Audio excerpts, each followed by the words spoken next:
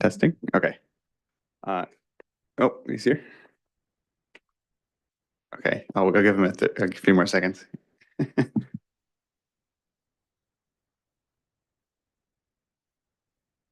right. Okay. Well, he'll make his way in while we're calling stuff. Okay. Good evening. Let's call to order the Bicycle and Pedestrian Advisory Commission meeting of January 16th, 2025 at 1834. The city strongly denounces hate speech and does not tolerate disruptive behavior in our meetings. Sunnyvale prides itself on the rich diversity of our residents. We are committed to creating a culture of belonging where members of our diverse community feel included, safe, and respected. Before we get started, I'd like to remind commissioners of some procedural items before this meeting. During the meeting, remote participants will remain muted when not speaking. If remote participants have a question or comment, please use the raise hand feature. Speakers will be called upon to speak one at a time. Members of the public may participate in person, online, or by telephone to provide public comment. Please submit a speaker card to the staff liaison in person or use the raise hand feature online to request to speak, or *9 on a telephone. Location and teleconference meeting details are available on the meeting agenda. Captions are available to viewers accessing this meeting via Zoom. Captions can be displayed or hidden using the live transcript button. Comments on matters not on the agenda must be submitted prior to the time I call the item for oral communications. Comments on agenda items must be submitted prior to the time I close the public hearing on the agenda item. Speakers are requested to keep their comments to no more than 3 minutes, and time limits will be strictly enforced. Guidelines are posted on the city's website and on the meeting agenda. Please join me in the salute to the flag.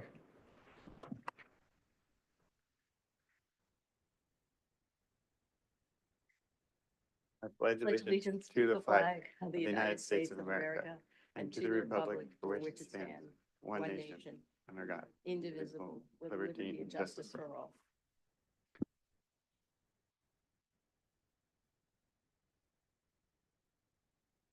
All right, staff, may we please have the roll call? Commissioners, please request to speak using the microphone now, and staff liaison will unmute you when you are called.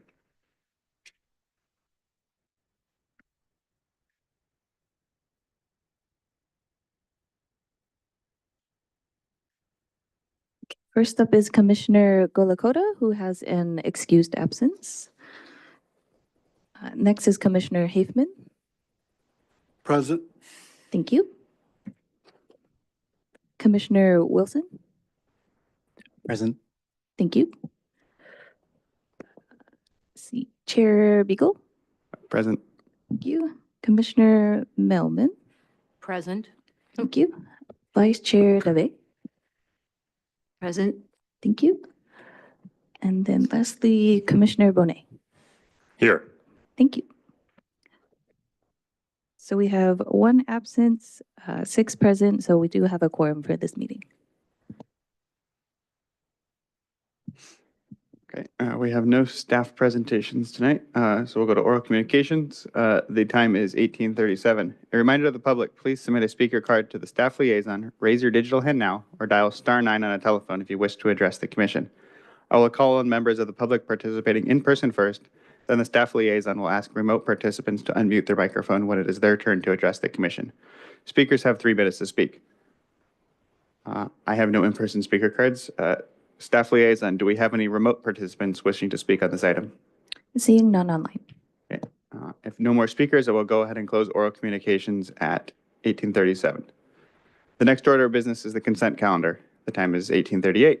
I will go ahead and open the public comment on consent calendar items. Members of the public wishing to address the commission, please submit a speaker card to the staff liaison. Use the raise hand feature now or dial *9 on a telephone to indicate you wish to speak. I will call on members of the public participating in person first. Then the staff liaison will ask remote participants to unmute their microphone when it is their turn to address the commission. Speakers will have 3 minutes to speak. Again, I have no in-person speaker cards. Staff liaison, are there any remote participants wishing to speak on this item? Seeing none online. Okay, if no more speakers, I will go ahead and close public comment at 18:38. I will now ask for a motion from my colleagues to approve the consent calendar. We have Commissioner Hafman. I move to approve it, but there is one minor mistake that I found. On page 8, Tasman was misspelled about halfway down. It was called Tamson. So other than that, I move we approve the consent calendar. Okay, Staff, do we need like a special motion to adjust that or just the normal approval for the consent? The normal approval was fine. Okay, so we have a motion. Uh, uh, we have a motion. Do we have a second from the council or commission? You know, we have Commissioner Melman. As a resident of Tasman, I would appreciate the correction of the respelling of my street, and I second the motion for approval. All right. Let's see here. Staff liaison, please conduct a roll call vote. Commissioners, please request to speak using the microphone now. Staff will unmute you when you are called.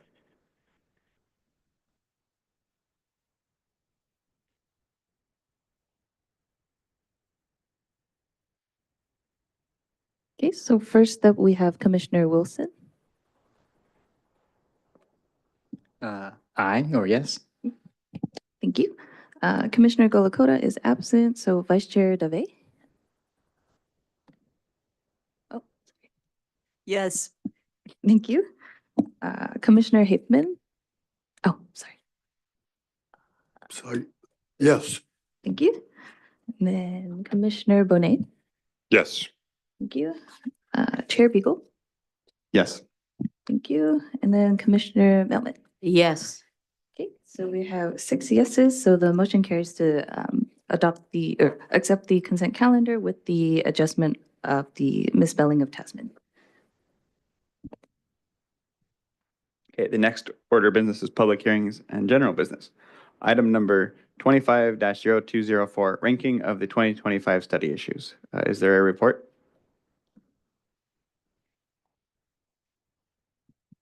Yes, there is. So tonight we will be going through the study issue ranking process.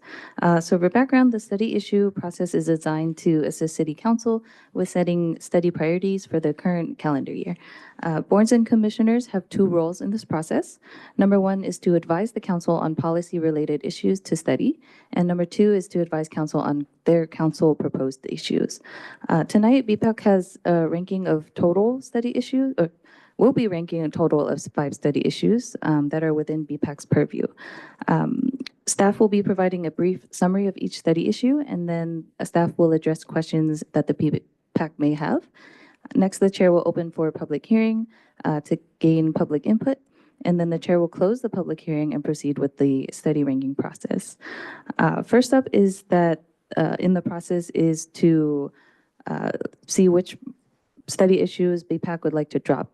And then this motion would need a second, and then the discussion will follow after that motion and second have been made. If a simple majority has been reached, then the issue will be dropped, meaning that there is no need to study that issue. If BPAC drops an issue that was initiated by PPAC the same year it was proposed, then the issue will not be forwarded to City Council this year. However, if BPAC chooses to drop an issue that was not initiated by PPAC or had been deferred or fell below the line in previous years, the issue will still be forwarded to Council with a notation that BPAC recommended to drop the issue. And then we proceed with the deferred, similar process. So someone has to make the motion to defer it, and it has to be followed by a second. And if there's a simple majority for the deferred, then the issue will be deferred. And once it's deferred once, it cannot be deferred again.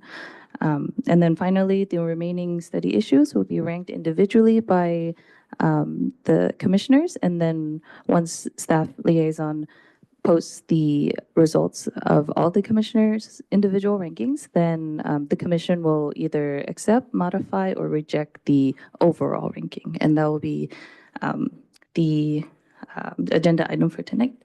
So without further ado, this is Ms. Wong of DPW Traffic Division, and I'll be briefly going over the study issues to rank tonight.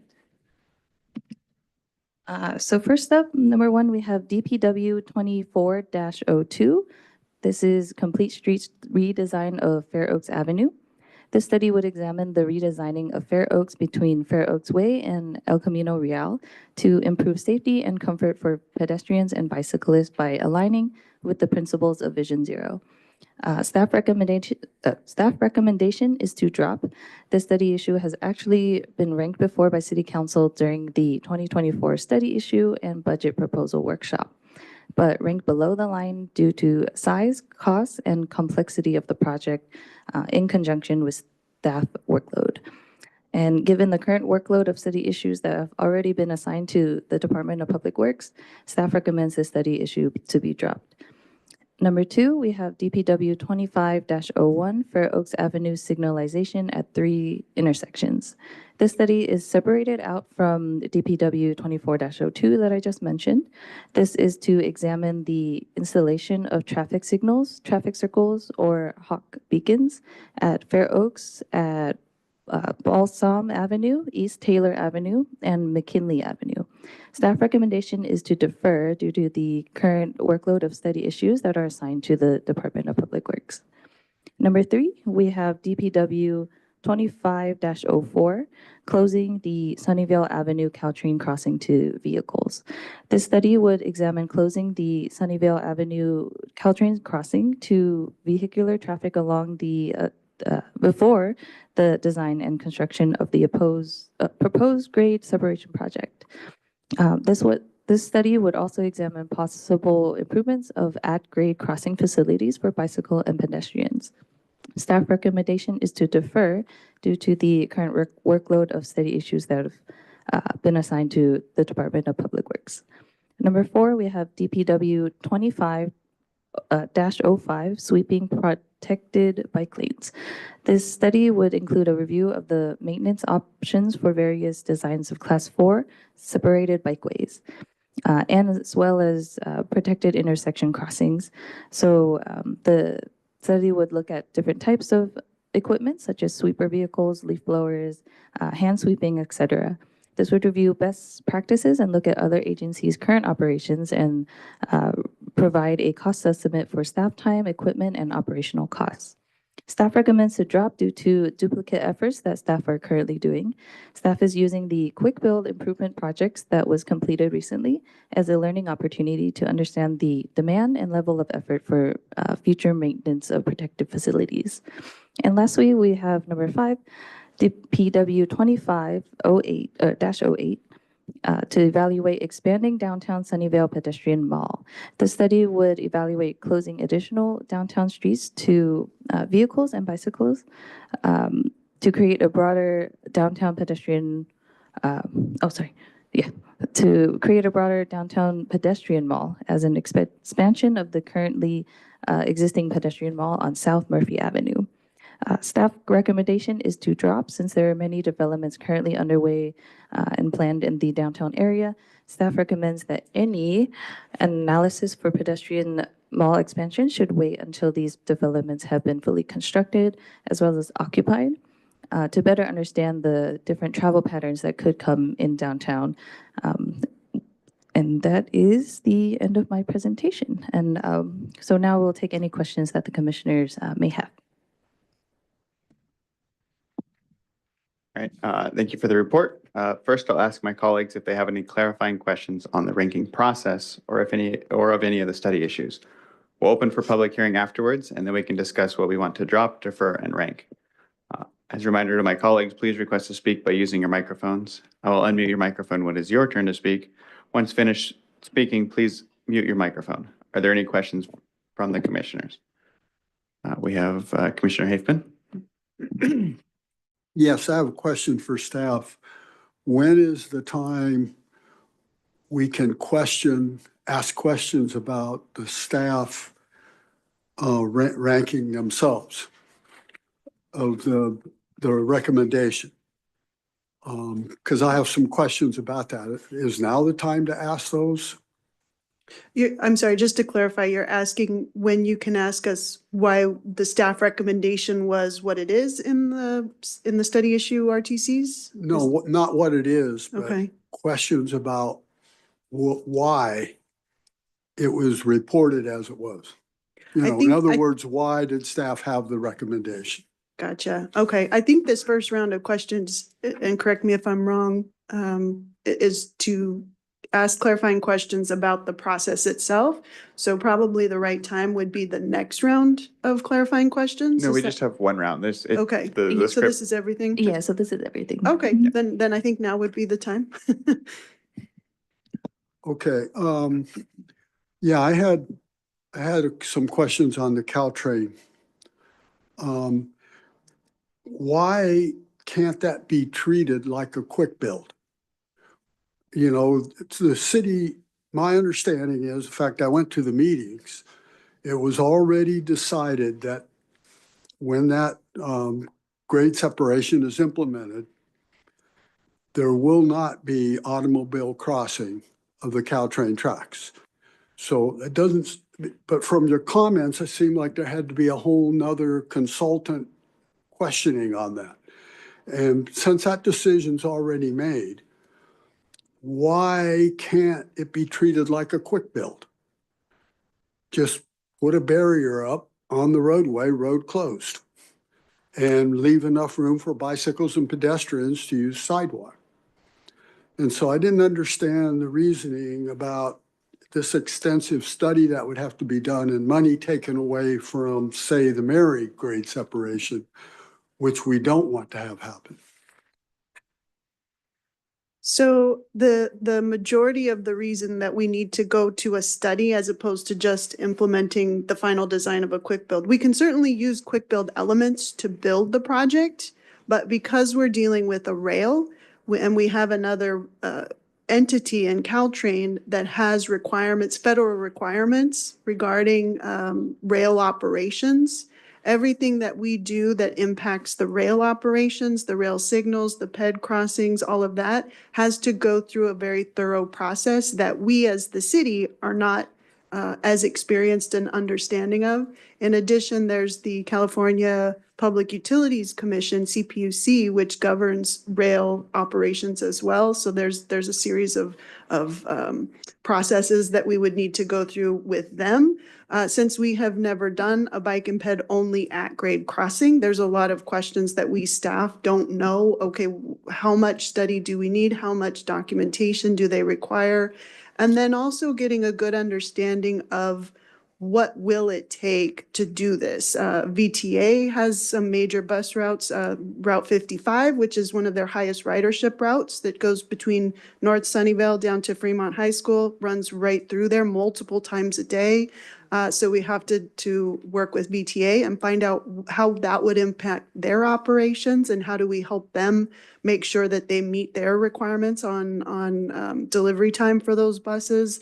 So there's a lot of different elements and other players that we don't know at this time. But if we go through this study, we certainly can use quick build methods to actually construct the project. It's just getting all of that understanding up front. What can we do? What do we need to do?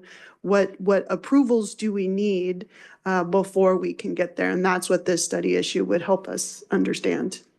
Okay, so on the first point about Caltrain or about the train operations, I mean, if you block the roadway, you don't have to change any of the train operations. Pedestrians still cross. There's a push button. Or how does that work? No, it's not a push button. When a train's not coming, the gate's open. That's right. I get it here. The gate's open. That could still work just like it did. And you know, if no cars are crossing the tracks, that doesn't affect train operations. The crossbars could still be there and go down whenever a train does go through. And the part about the VTA bus system, I mean, that's got to be done for the real project because the decision to close the roadway has already been made. You're correct. It would need to be done. It's just if we implement a bike and pedestrian at grade crossing today, we would have to do that work today. And so we currently don't have anything in our operations budget or our CIP budget to do that work yet. We're still looking for funding for the ultimate project. And so this would then help in that future project because we would already be working with all those entities and figure out VTA would already be rerouted, right? But we would need to do that before we could close it to vehicles. And the operations of the gates today would have to meet federal requirements because right now you've got the wide roadway, which we need to make sure that pedestrians don't think they can cross in the middle of the roadway. So there would need to be some changes to the existing gates that are there today so that we block off any possible incorrect crossings by bikes and pedestrians, and instead of them trying to go around or going through where the cars used to go through. So there's a little bit more to it that we haven't thought through, because our feasibility study, to your point, we determined we were going to do a bike and ped only undercrossing. Well, we wouldn't have to worry about bikes and peds crossing the tracks if we do an undercrossing. So there's a lot of factors that were not considered as part of our feasibility study to grade separate that we would have to go back and figure out, what do we need to do and account for in order for Caltrain to meet their federal requirements, safety requirements related to rail, CPUC requirements, all of these things that we don't know at this time. Okay, thank you. Is that the end of your questions? Or? Is that the Oh, end? yes, Okay. I'm finished. Sorry. Okay, and then we'll move on to Commissioner Bonet. Thank you for the explanations of your grading. I would like to delve deeper into the rationale. It was often stated staff workload. Could you give us insight into what is the staff workload and what is the staff capable of handling, meaning how many projects at once and how close to that limit or how far above that limit is staff currently? It's a more complex question than a simple, each staff person can do X number of projects. I'll take myself as an example. I'm currently in 2 roles as the interim transportation and traffic manager, but my regular role is the principal transportation engineer. And I personally am the project manager of at least 6 or 7 large transportation CIPs. So many so that thankfully our council and our city was able to get approval for 2 new staff members to help move those projects forward, including the 2 grade separations, Bernardo Undercrossing, et cetera. But those are major projects. We also have all of our day-to-day operations that our team does that's harder to quantify. We have the Access Sunnyvale program, the Access CRM program that anyone can write to us with concerns they have in the community, and then we look into those, we evaluate them, we determine things like vision triangles, red curb necessities, things like that. And so it's a much harder question to answer than just a simple, we have X number of staff, we can do X number of projects.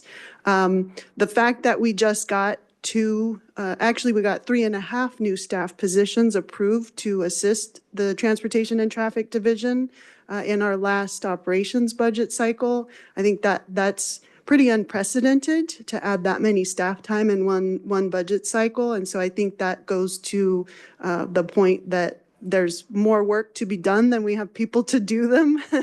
And so, we're not saying that we don't think these are good projects, because we do. It's just that there are other projects that we have been instructed are high priority, such as the grade separations, the study issues that have already been passed and CIPs created, such as Tasman bike lanes, that we're currently working on. And so it's a matter of prioritizing all those things and having the amount of time to do all of the highest priority things. So I hope that helps inform I know it doesn't answer your question, but I hope it helps inform a little bit.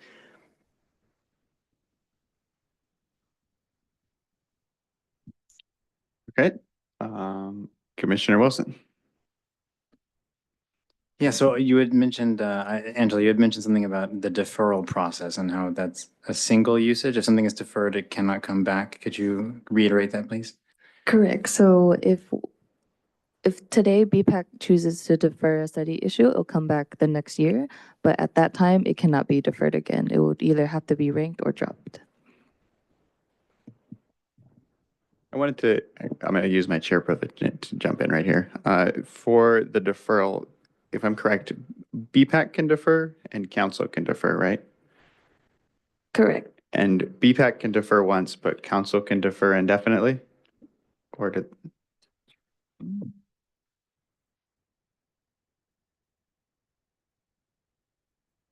I believe so, but Angela, Lisa, if you know. I'm not sure about that. I would imagine that they have that authority, that if they defer and if there's any limit on them, then they could bring it back as Okay. as they do the study issue again. So I would assume they have that authority, but I cannot say that for sure. Okay, and then for the deferral, that's also just a recommendation to council to defer? It's like, if we're recommending they defer as opposed to we are deferring it, they're gonna get it even if we defer, right? Correct. Okay. And the same with dropping. Same Is with, it? Okay, same with dropping. Mhm. sounds good. Okay, I'm sorry, I want to interrupt there. Just to clarify, if it was a BPAC generated study issue and the BPAC drops it, then does it still go to council? That is, so thank you for clarifying. So if BPAC was the proposer and they choose to drop it, it will not go to council. Okay, proposer this year specifically. If we were proposed it last year, it was deferred, and then we vote to drop it this year, council still gets it. Correct. I believe so, yes. Okay. It's all very complicated. All right, with that point of procedure out of the way, we'll go to Commissioner Melvin. Yeah, I believe council gets a report of all the BPAC's decisions as to why they deferred or dropped or whatever, so that would be part of that. My question is actually more of a comment, but it's a reminder to my fellow commissioners that the study issue timeline is 2 years at this point. So even if we vote to approve and if council votes to approve, it can still take 2 years before this project gets off the ground, even as a quick build, because of the analysis requirements and because we're dealing with the Caltrain right of way. At this point in time, we also concurrently have an ongoing project with the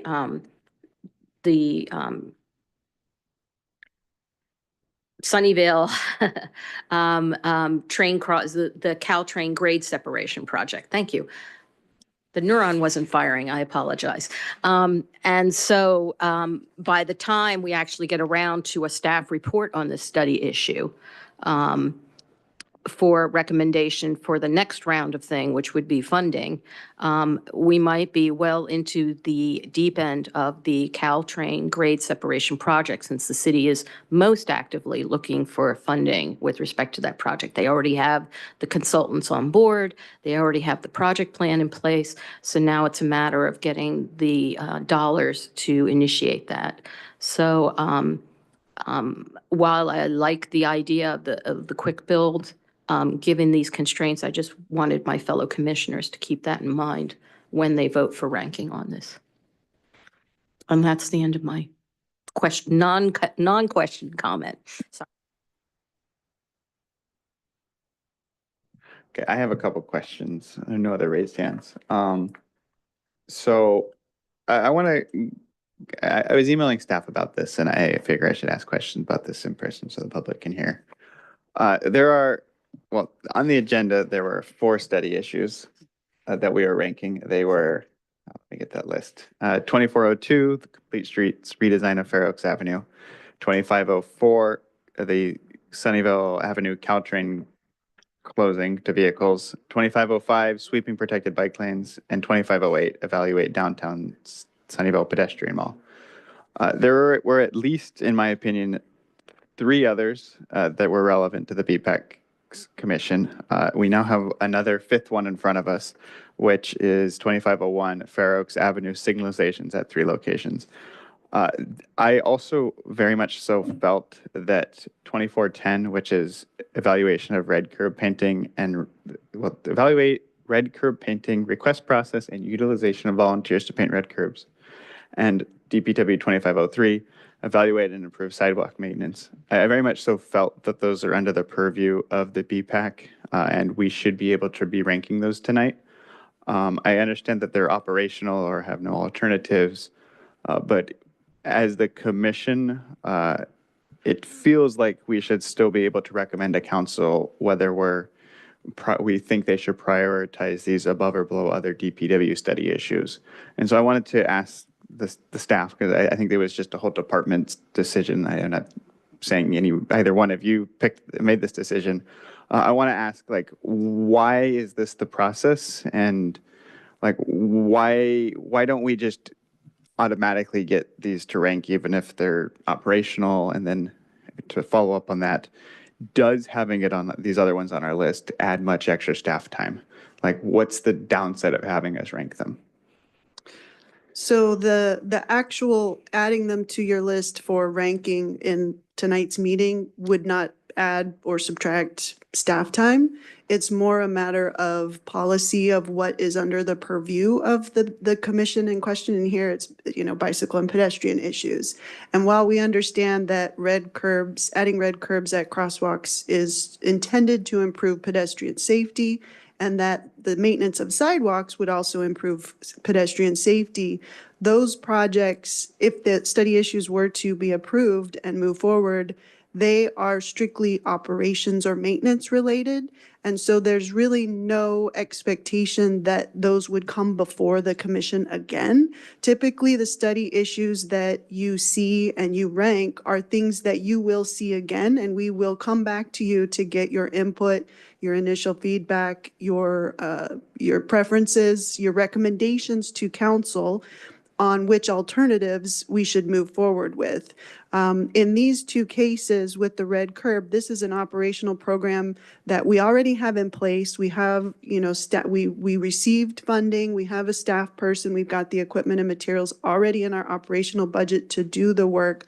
So it's not, the study issue itself is not changing what we do. It is asking us to look at, I believe the study issue was looking at adding volunteers.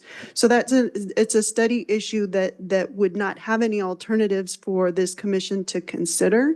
And so it is the city staff's, to your point, it is a city staff. It's not just a DPW. This is citywide across the board for all the commissions.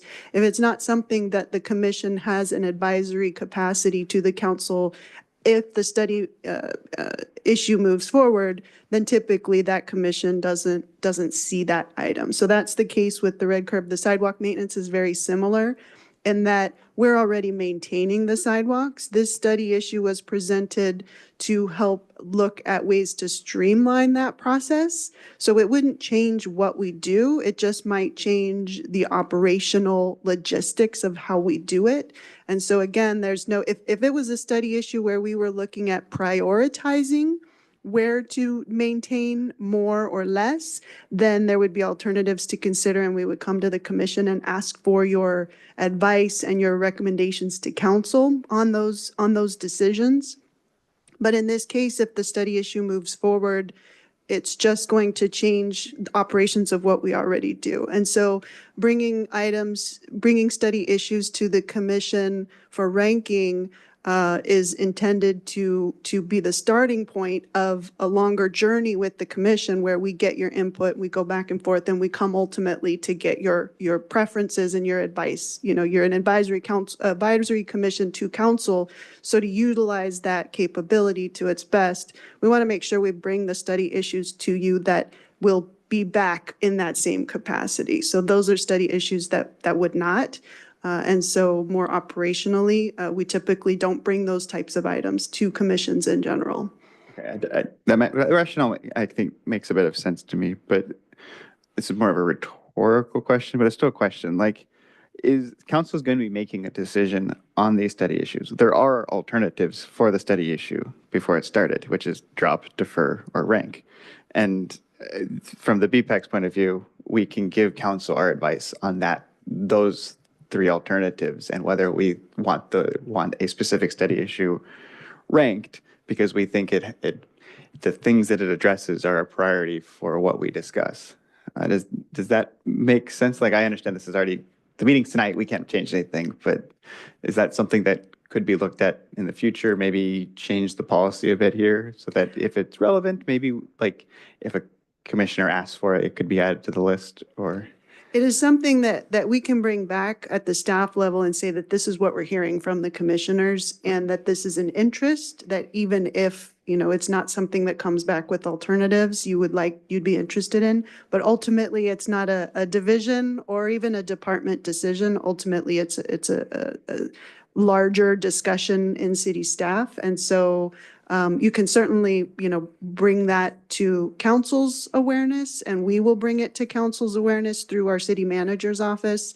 So we will be sure to discuss that internally. But yeah, tonight, Angela and I don't have that authority to make any decisions Yeah, of there. course. And then the final question I have on this topic is, so there were 4 initially on the agenda. A 5th one was added last minute, perhaps because of the conversations that I had with staff. What changed with the 5th one? Did we decide that the commission is going to see future items related to this and it was missed, or did things change, or? So there were once we got your initial inquiry, we started having conversations internally right away to decide, why were these things initially decided to not come before the commission? And the initial conversations were, so the 5th one that got added is the 3 signals on Fair Oaks. And initially that did not get recommended to come to you tonight, because the study issue itself, again, it's not coming up with alternatives, it's doing an engineering study. It's based on standards that we have to adhere to. Either it warrants a signal, a hawk, or a roundabout, or it does not. And so there's no alternatives that would come before you, which is why originally it was not slated to come before the commission. Then internally, we had some conversations with the city manager, and the discussions there were about the fact that it's connected to the complete streets study issue, which was in the original 4. And because this was a part of that, and that the two are linked somewhat, it's an either or if both get ranked above the line, then they'll get combined and we'll look at them together. So since there was that connection to the complete streets element, the city manager actually made the decision to add it to your ranking for tonight. Got it. Okay, that makes sense. Thank you. All right, done with that topic. I just have one other quick question. So for the Caltrain grade separation project, I know there's going to have to be a lot of communication with VTA, and that's part of why this is not just a simple trivial task. Does the city staff I presume we've already started communication with VTA and be like, hey, heads up, we're evaluating this. We might make changes in the future. Like, how far do those conversations go before a study issue funds further conversations? Like, what does the study issue do that we can't do without the study issue? Well, you're correct in that we have had conversations with VTA. They do know that the Sunnyvale Avenue grade during the feasibility study, we had a lot of very detailed conversations with them. We had a CIP, we had a project team and a consultant team. And so we had a lot of those conversations then. So they know it's coming, but they also know that Mary Avenue grade separation is the city's first priority. And so when we look at timeline of when they actually believe to need to change the Route 55 and any other, associated, depending on what happens in the future with their bus routes, it's a pretty long timeline. And so they act more in the now, and they look at what are the travel patterns and the ridership now and in the next year or two. And so they're in their minds, I'm not speaking on their behalf, but my understanding of probably what their perspective is that it's a problem that we will solve when we get to the design phase of the Sunnyvale Avenue grade separation. So they have not they've high level looked at alternative routes, but they have not done any test runs during prime, peak hours. They have not looked at their ridership numbers projected to what date we think they need to move the bus lines. So the level of detail that's needed to actually make it happen and change the routes and get they've got to go to their board for approvals for things like that. All of that needs to happen. None of that has started yet. That's anticipated to happen once we have a project in hand. We've got funding in hand to start those conversations. Okay. And then I presume it would be infeasible, and it'd be trading one set of problems for another, but it would be infeasible to make the crossing bike, ped, and bus only and no private transportation across. Allow VTA to continue doing their things, but we close it for our residents, we close it for the people, the normal drivers, and allow VTA to use a bus only crossing. Prevent the cars. Well, I mean, we have we have bus-only lanes, and we have, like, theoretically, a car could go across, but I presume that's, like, not something that'd even be on the table that would make the study issue cheaper. It might just trade one set of problems for another. Yeah, I think the latter is probably true. I think that it's possible and feasible, but then the barrier we would have to overcome, the challenges we would have to overcome is how do we only allow VTA buses through there, right? How do we avoid having school buses or private vehicles or other, delivery trucks, all of that? And how do we meter that? So that, not to say that that's not doable, it's just a different challenge that we would have to study and figure out. Got it. Okay. And then the final question I have here is timeline based. So obviously study issues, 2-year timeline, as Commissioner Melman was saying.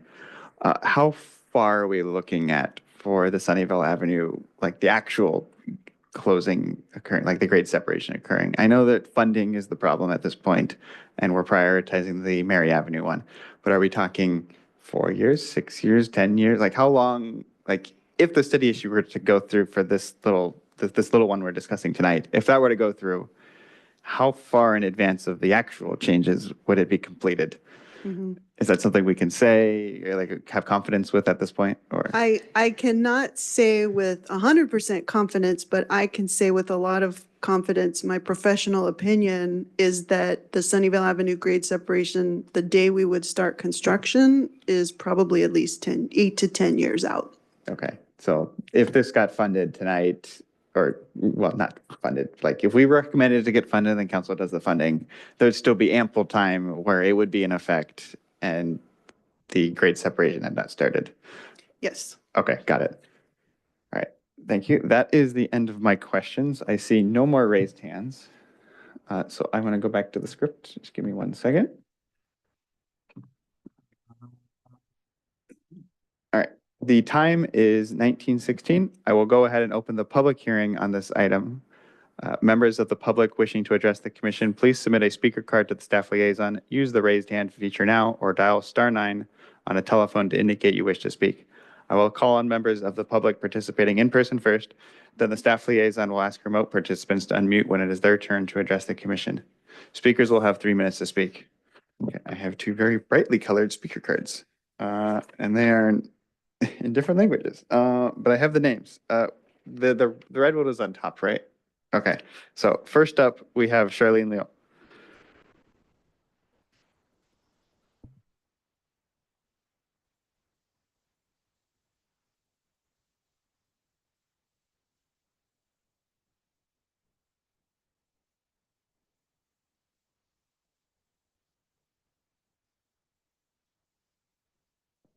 Hi. Thanks for taking my input. I'm Charlene Liu, and I am the chair of Sunnyvale Safe Streets. The board, our board, met last week to prioritize the study issues before you. We reviewed all the study issues related to active transportation that Chair Beagle was just talking about, so more than you will be ranking. Kevin Jackson and I will be presenting our priorities based on all 7, even though you might not be ranking some of them. Next slide, please. Here are our top priorities: DPW 2505, sweeping protected bike lanes; DPW 2402, complete streets redesign of Fair Oaks Avenue; DPW 2501, Fair Oaks Avenue, signalizations at 3 locations. Next slide, please.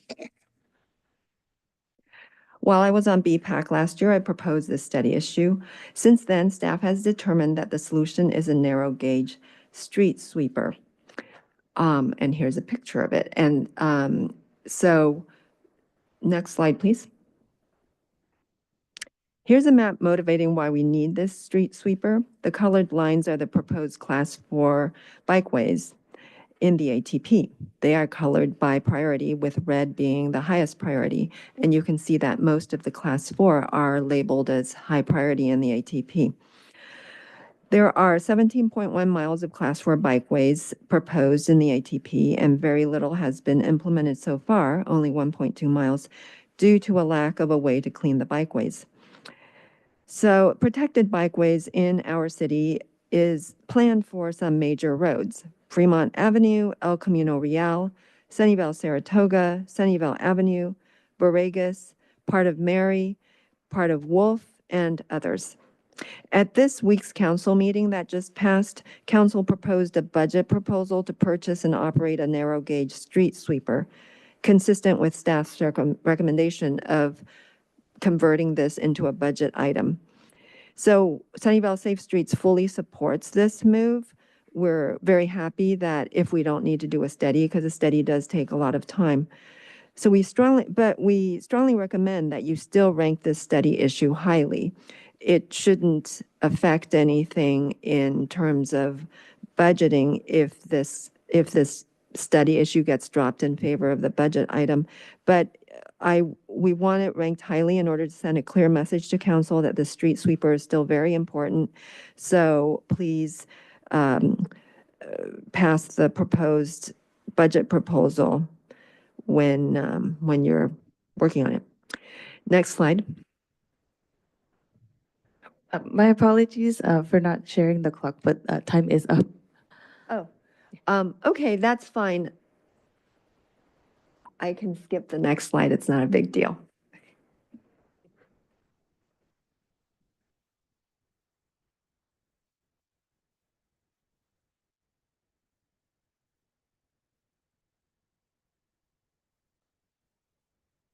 I'm going to continue with the same slide package, I think. Okay, hold on one moment.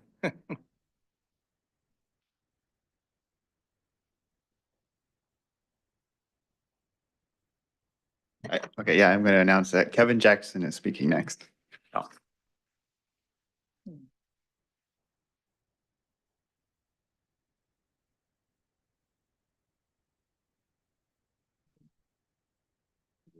And do we have a time display of some sort?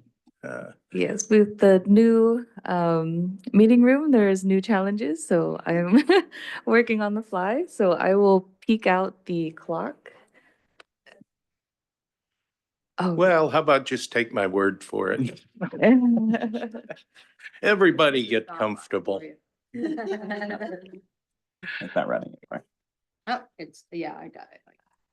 Okay, so what's the next slide after this one? Should be for DPW 2402. All right. that kind of works. So I'll peek it in every minute if that works for you, Kevin. I guess so. My But- apologies. Yeah, I still need the next slide though. Okay, very good. All right. Yes, I'm going to continue with the Sunnyvale Safe Streets list of priorities. And DPW 2402, Complete Streets Redesign of Fair Oaks. Fair Oaks has lots of motor vehicle traffic, but relatively limited bike use, which is often mistaken as indicating a lack of demand. This corridor is important to motorists because it efficiently serves many destinations, including employment centers, schools, parks, retail, and the community center. That makes it important to cyclists for exactly the same reasons. A low level of cycling is not evidence of lack of demand, but rather of a problem that needs to be fixed. And if we do that, the ultimate payoff for the community is not just to make things a bit better for the relatively few cyclists who ride there, but for the many people who drive there and can be motivated to replace some of their trips with a car-free alternative as long as they feel it's safe to do so. If the size of the effort seems too daunting, then consider dividing it into bite-sized segments to be implemented sequentially. As some are completed, the logic of closing the remaining gaps will become more compelling. The essential thing is to get started now. Next slide. Okay, there we go. Okay, 2501, that's just a tiny subset of 2402. So if improving the safety for pedestrian crossing of Fair Oaks is a laudable goal, we fully support it. And the only reason we didn't rank it higher is that the comprehensive design is much more important and urgent. Okay, and then to recap our next slide, recap our recommendations there. Okay, 2505 sweeping protected bike lanes. Right now, that is a barrier to implementing a bike-friendly design that will allow many people to feel they can cycle safely on our streets. 2402, this is an urgently needed north-south bike route that will make cycling a realistic choice for many trips that are currently made by car. And 2501, anyone trying to cross the Fair Oaks on foot should not be expected to do that without a signal.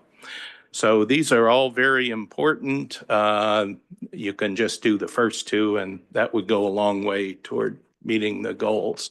Thank you very much.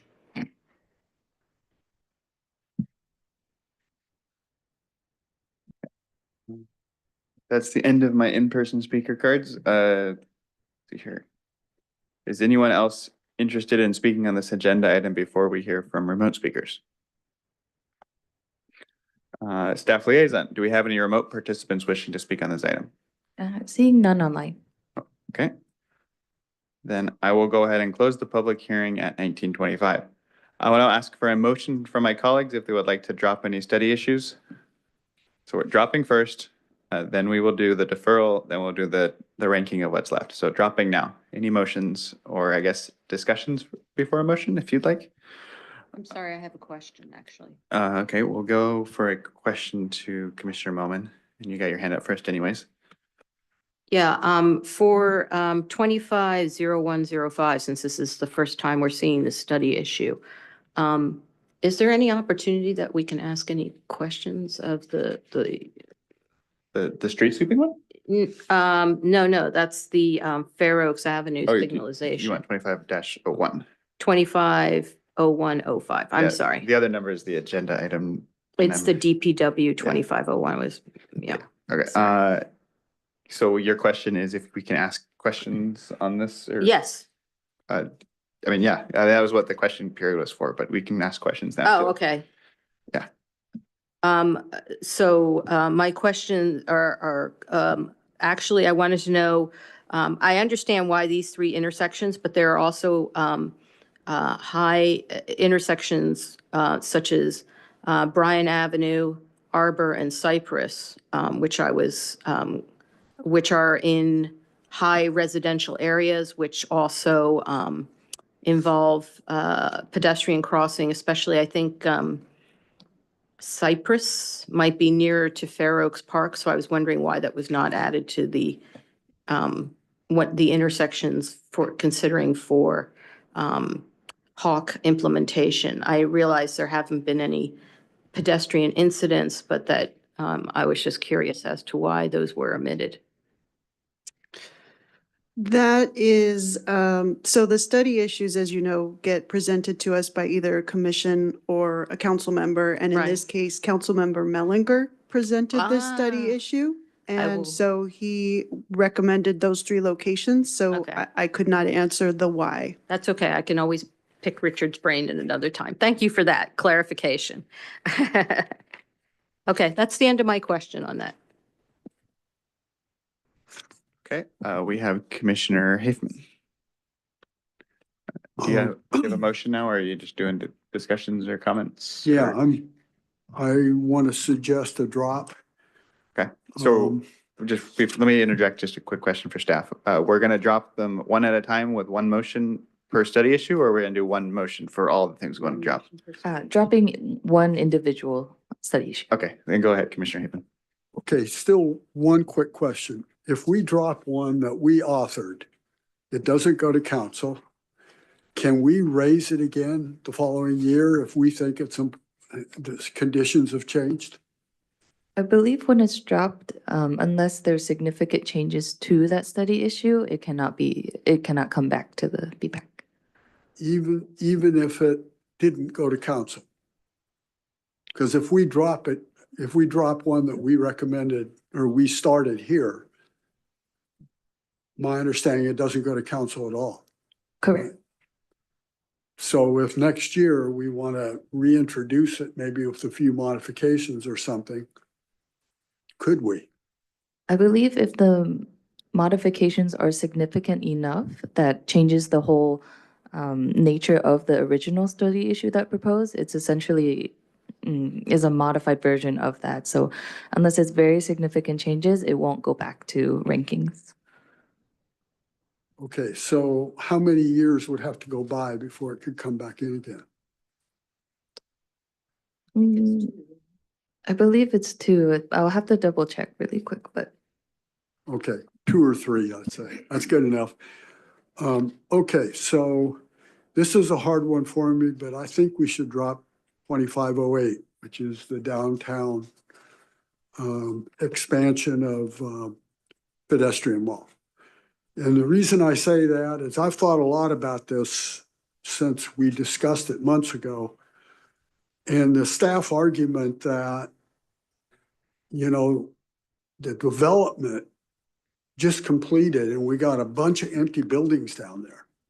And we got residential facilities that are just starting to be populated. And so there's a lot of unknown about what kind of people are going to move in there. Are they going to be driving to work? Are they going to be using Caltrain? And so there's a big unknown. We're asking staff to do a very expensive study issue with a big piece of information that just isn't there. And second of all,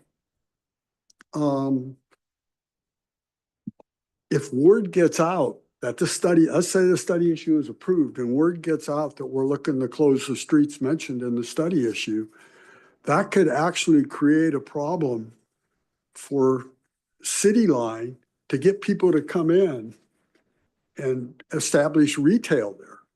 I mean, like underneath those 2 commercial buildings, I mean, there's tons of floor space. You could almost put a major store in there. And it's sitting empty. We got 3 buildings down there that are just sitting empty. Nothing's being done on them. And so I'm really concerned that if that word got out that this study issue was active, maybe it could actually discourage vendors from wanting to come in because those big stores are going to serve more than just the population that's living in the immediate area. They're going to serve the community, and somehow the community's got to be able to get down there conveniently. So I think we should drop that study issue at this point. In a couple years, we're going to have a lot more understanding of how downtown is evolving. Now, you know, the one street that is in that study issue is Olson Way. I think that's an obvious one. I walk on that all the time. I never see a pedestrian or a car. So, I mean, I think you could close it and nobody's lifestyle would be hindered. But the other streets have some serious potential consequences. So I move to drop 2508 at this point. All right, do we have a second for that motion? Oh, I forget the procedure here. You have to do seconds and then you do the debate. So if no one seconds it, then we don't do the debate. correct. Okay, so do we have a second? Well, okay, I have 3 hands. I don't know if these hands are specifically to second it or not. Well, take a chance. all right. Yes, After, after the motion is seconded, then we debate the motion. all right, we'll go down the list. Commissioner Dave, are you interested in seconding the drop, or the motion to drop? No, I had another question. Okay, then we'll go to Commissioner Bonet. Are you interested in seconding the motion to drop? No, I also have questions. All right, and then we have Commissioner Moman, who I think, well, I'll unmute. Oh, too many speakers. 1 second. It's All right, Commissioner Moman. And if the Finally. other 2 speakers could put their hand back. I will second the motion, mostly because as much as I love expanding pedestrian spaces in the downtown, I think we've just started with the downtown, the closure of Murphy Avenue, and then the downtown building of the residential facilities, and so forth down there. And so I think I would prefer to let it settle for a year or two to see what the patterns are in terms of pedestrian uses and what the risks are. And then we can bring it up again as a study issue, or to see how it would, I'm sure the merchants would be the ones that would have to get the biggest buy-in on something like this. And so I think with the downtown project has just barely been completed, let's not stir the pot right now. We can defer this for 2 years and then, drop it and come back in 2 years and then take a look at it and see if we can expand the pedestrian mall. And that's my second. All right, so now we will do a discussion on the motion. If anybody would like to speak specifically about this motion, please raise your hand. We got Commissioner Bonet. Thank you, Commissioner Haefman, for raising this question. I would like to address your motion as well as the staff's logic in recommending what they did. First off, staff suggested that due to the nature of downtown, which is still in flux in terms of development and plans, that we wait until these plans are settled until we attempt to implement additional pedestrian zones. I would argue that this is precisely the wrong approach. We should intercept the planning state now and indicate what the city would like to do with this space so that the developers can act accordingly, rather than wait and be presented with a fait accompli. Oh, this is a street which is heavily designed for cars. You can't now put pedestrians there. Likewise, if the assumption is that people have to get downtown, which is quite right, why should we wait to see that where cars are already established? Why not design in large regions where pedestrians and bikes have safe access? It is much better, I think, to design and to anticipate the usage of downtown for bicycles and pedestrians, especially pedestrians. We have had very little focus in this commission on pedestrians, except an occasional street crossing. I would argue that it is much more important to offer pedestrians a greatly expanded downtown area. You see the popularity of Castro Street in Mountain View, of Murphy Street in Sunnyvale, and the other street in Palo Alto is a university, which is partly closed. Sunnyvale could have this as well. If you look at the downtown pedestrian zones in European cities, which are very large in comparison to what we're talking about here, granted the cities are larger too, but those are chock full of retail and restaurants and bars. I think foreseeing that simply closing off a street to cars condemns it to a lifeless region is completely wrong-headed. It is much better to plan in advance for a pedestrian zone, and those businesses, there will be businesses that say, no, I don't want to do this. I don't want to join the pedestrian zone, but there will be many others who will say they do. So I would suggest that we take the optimistic approach and plan for an expanded pedestrian zone in light of the fact that the city is still now being redesigned, or the developers haven't fully solidified their plans. This will give developers some certainty, and we can then offer the citizens of our city and the adjoining cities a much brighter and safer and quieter downtown in which to walk around. Thank you, Commissioner Bonet. I'm going to give my comments here too. I completely agree with what Commissioner Bonet has said. The argument that we shouldn't do this because we don't know what the traffic patterns are going to be, I think is backwards. Because right now is the perfect opportunity to make the changes, or at least announce the changes. Like, hey, this is coming down the road. please, as you're doing your planning, keep this in mind. If we let developers and residents like move in, get used to the design, and then in 2 or 3 years, we try to change things, it's going to feel like a rug pull to them. It's like, we just got set up, we just got started. We got used to this behavior, and now you're changing it on us already. I think it's going to be even worse received in the future than the what we're worried about being received right now. Now, before things are settled, is the time to make these changes. And then the stores have also sat empty for a while. And I don't think a big retail first floor, that office space, it's supposed to be retail on the first floor and then office above it. I don't think the pedestrianization is going to change whether they find a tenant there. If anything, it'd be more appealing to the tenants, the prospective tenant, to have the space outside that's pedestrianized rather than just a road. And then lastly, I'm not going to be in support of dropping this. I might be in support of deferring it, but I'm not going to be in support of dropping this tonight because of what you were asking earlier about how long until it can come back. If we drop this tonight, we can't even re-raise this idea for multiple years. And if we defer it, we do at least get one more chance to decide again before it gets dropped. I don't know. I don't think we should be dropping this, and at most, I think we should defer it. Based on the prioritization of the other study issues, I'm not opposed to deferring it, even though I personally think this is really important. I don't see council taking this. I don't see council ranking this, so that's why I kind of want to defer it. But yeah, I won't be supporting it dropping it. I'm going to just move back to the hands. We have Commissioner Hafman. Yeah, I just wanted to clarify one thing.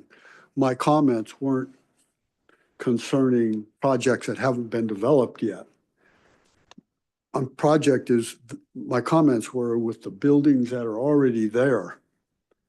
And when they get full, what is downtown going to look like? I mean, I wish, I never drive downtown. I walk or ride all the time. And I don't think we've ever parked down there. But I tell you what, there's going to be a lot of stuff there if that stuff all gets filled. And unfortunately, we live in a society where people drive. And the streets that are in this study are exit and entrance routes to those giant garages. Yeah. And, even now, work gets out, the people get in their cars, it's a narrow 2-lane road just to get out of those garages over to a bigger road. And I'm not complaining. I wouldn't want to widen it. You can't anyhow, but, to close it and study closing it, that's what I was raising. Now, I could also go for deferring it because I'll raise another point. I think the chances of council ranking it are extremely low because staff is saying it's going to take a lot of effort to do this work in a year where DPW has got a ton of staff study issues they're already working on and a whole bunch of new ones that want to get ranked. So, I mean, if this fails, I would vote also to defer it. So, thanks. Thank you. Thank you. Next up, we have Vice Chair Dave. I was wanting to discuss the salient points of things before they are voted for being dropped. Is that possible under the Brown Act? I believe there's something called a discussion that we could have.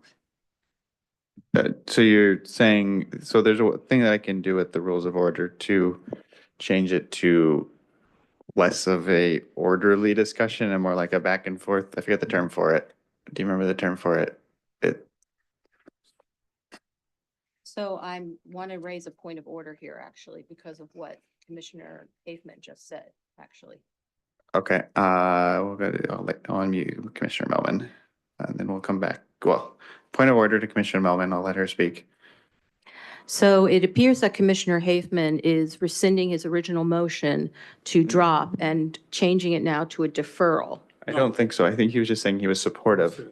Support a deferral if this fails. Yeah. So- Okay, so once we vote on it, that's it. It doesn't get redone for deferral. So if, No, it's still there. no, I meant if drop fails to pass, then you can vote on the deferral. But if drop passes, then you don't get a chance You to don't defer. get a chance. Okay, I'm just clarifying.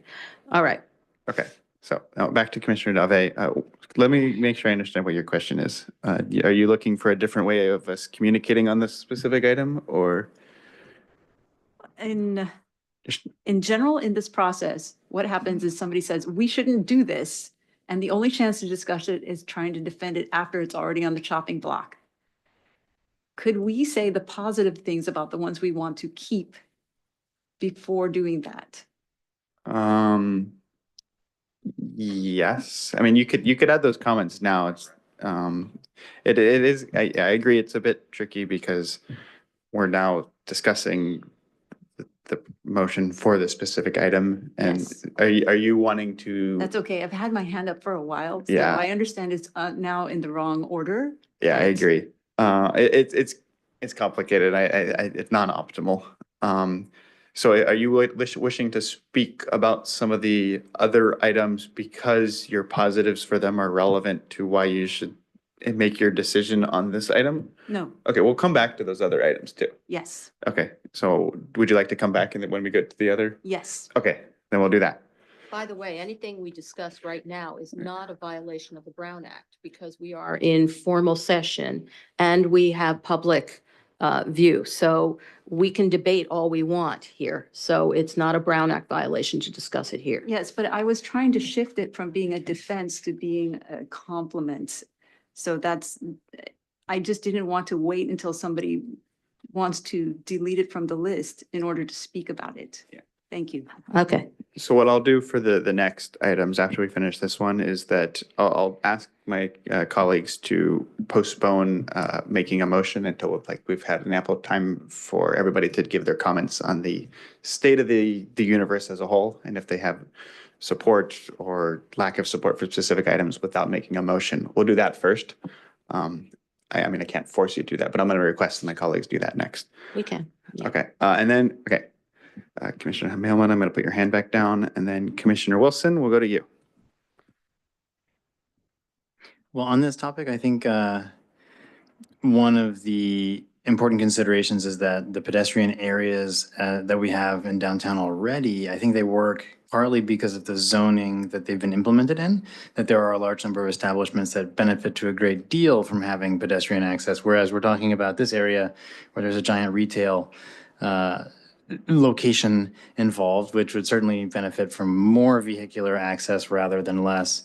Something like a Target doesn't work unless you've got a way to get, let's say, 1,000 cars a day to that Target. So the type of establishment that can rent at least that location depends on the type of traffic you expect to have. So in this case, I would have to agree with Commissioner Haveman that it does make some sense to see how the leasing shakes out before recommending the implementation of a pedestrian zone. In which case, I think a defer solution does make a good deal of sense. Although I would also ask, end my statement by asking if we do submit it to council and they rank it, the workload at DPW means that this might not get considered for 10 to 12 months anyway, right? I would say that would be best case scenario. Yeah, probably longer. Right. So if you say you're going to do it, you'll get to it. And it may be many months. So the leasing situation may clear up by the time you have the resources to evaluate this. That's the end of my comment. Thank you. Yeah, thank you. And we have Commissioner Melvin with her hand up again. Yeah, so again, to reiterate Commissioner Haveman's comment, that most of the parking garages have traffic flows, entry and exits on TAFE. Primarily, they're on TAFE.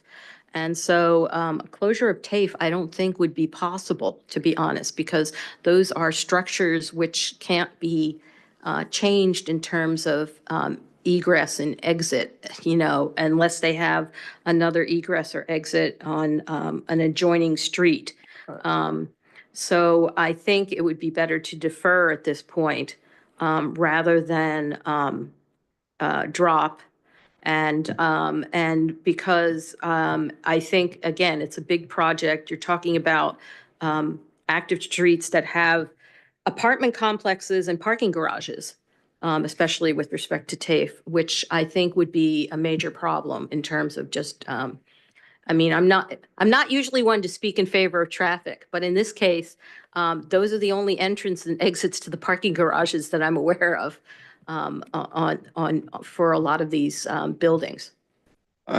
Just a quick clarification. So you mentioned TAFE. TAFE is Yeah. not part of the study issue zone. Like there's no proposal to close TAFE. Oh, okay. I'm sorry. I'm like looking at the map and then I have to go back to the thing. And I thought part of it was,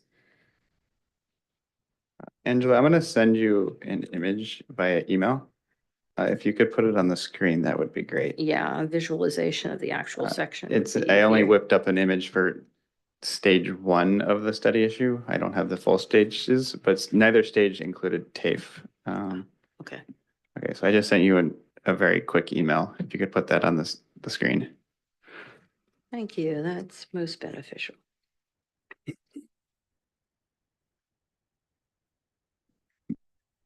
Here, I'll unmute you so you can see that. It's also important to remember that this is a recommendation of the study area, and that is not a hard, thou shalt close these streets so colored. Sorry, I was looking at Olson Way between TAFE and that's Doesn't why matter. TAFE was sticking in my head. This is a study area, not a command to close these streets.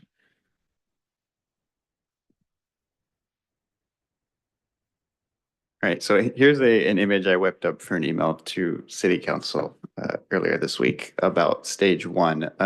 So blue is the current pedestrianization. Green is the stage 1 proposal of pedestrianization, what we outlined, what the study issue outlines as its highest priority. Purple are the parking garages and yellow are the surface parking lots. The darker color little lines on each of the parking lots are the entrances and egresses to the parking garages.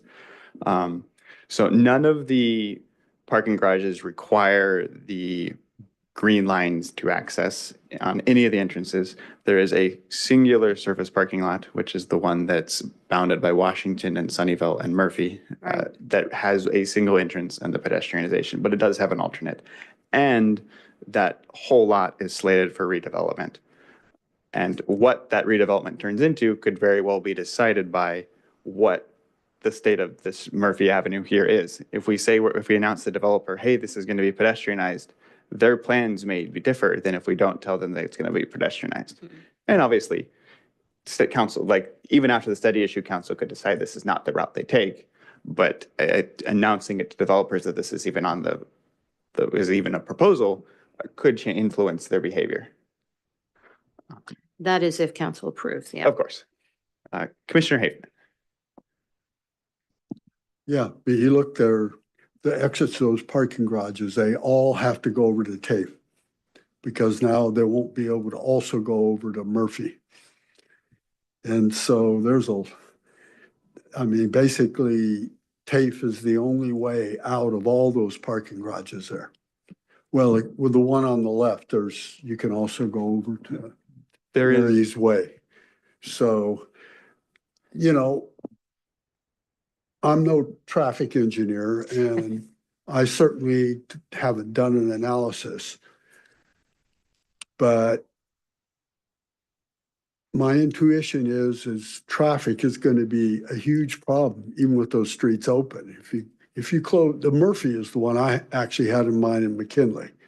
Those are the two I think are concerning.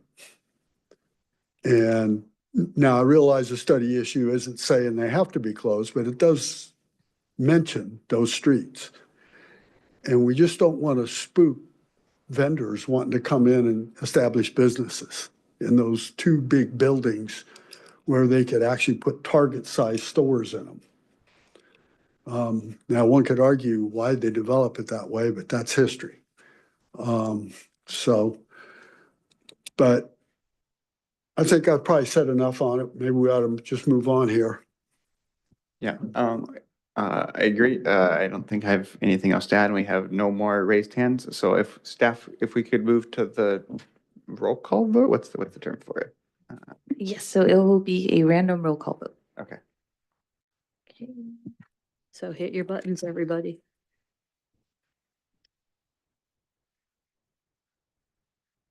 Okay, so first up is Commissioner Golakota, who is absent. Next is Chair Beagle.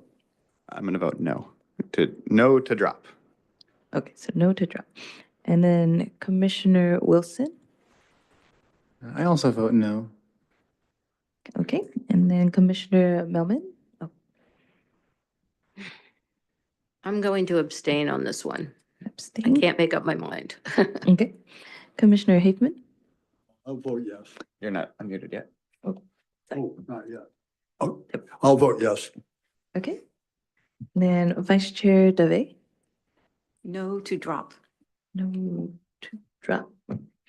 Commissioner Bonet. No, do not drop. Okay, so we have one yes to drop, 1, 2, 3, 4 no's, 1 abstain, and 1 absent. Do I have that correct, it sounds like? That sounds correct. Okay. And with that, then the motion does not carry. Thank Okay, then we'll move on to, do any of my colleagues have, so we're going to discuss the other items, preferably. You can technically make a motion at this time, but I'm requesting you to not make a motion yet, just so we have ample time for discussion. If anybody has anything to say about the other study issues, please raise your hand now. Commissioner Moment. With respect to the complete streets redesign of Fair Oaks Avenue. Now, I know Fair Oaks Avenue is on the ATP and is also designated as like a high incidence network on the plan. And then also it's been in, now I'm sure it's made the Vision Zero list. But so the issue is that since it is on the ATP, doesn't that automatically put it on the list for future redesign and renovation, as part of updating the transportation network to make it more pedestrian, cyclist friendly on the high incidence network? Yes, so everything that's in the ATP is already in staff's workload. It's Right. just a matter of finding funding for all of those things. Right. So my concern, and this will be the object of discussion amongst my fellow commissioners, is that this is kind of duplicative of what's already been identified in the ATP for Fair Oaks redesign. I think, if I remember correctly, Caltrain was already looking at the overcrossing from Fair Oaks to the 101 on exits and exit ramps in terms of part of that redesign thing. I remember there was a presentation on it some time ago.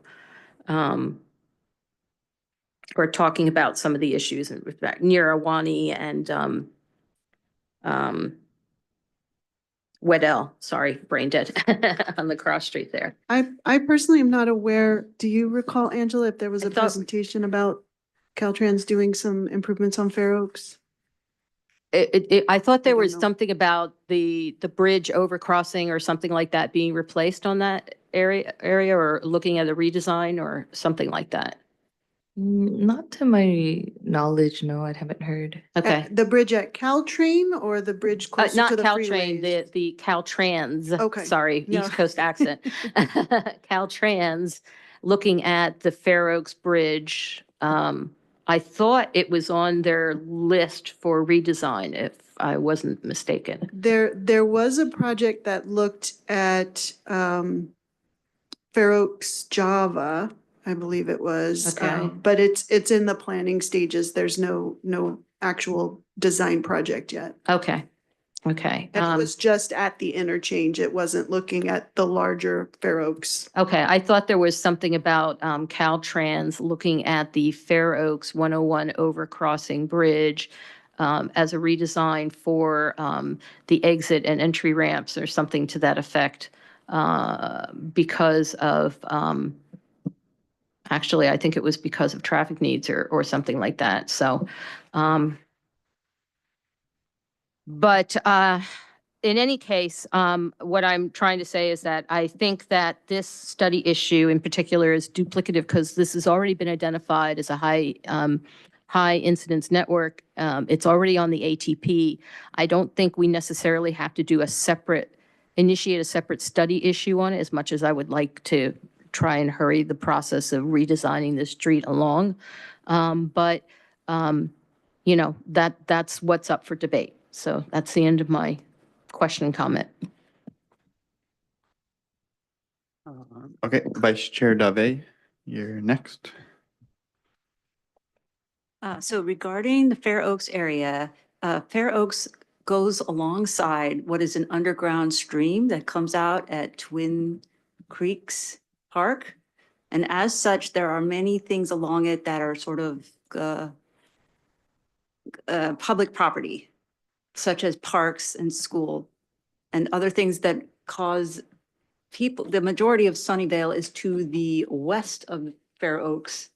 And so people wanting to utilize these public things have to cross Fair Oaks to get there. And it's a very busy thoroughfare that my kids often had to cross, and it is scary on a bicycle when you're a kid that doesn't come up to the height of the rear view mirror of a car. So, or a truck, I should say.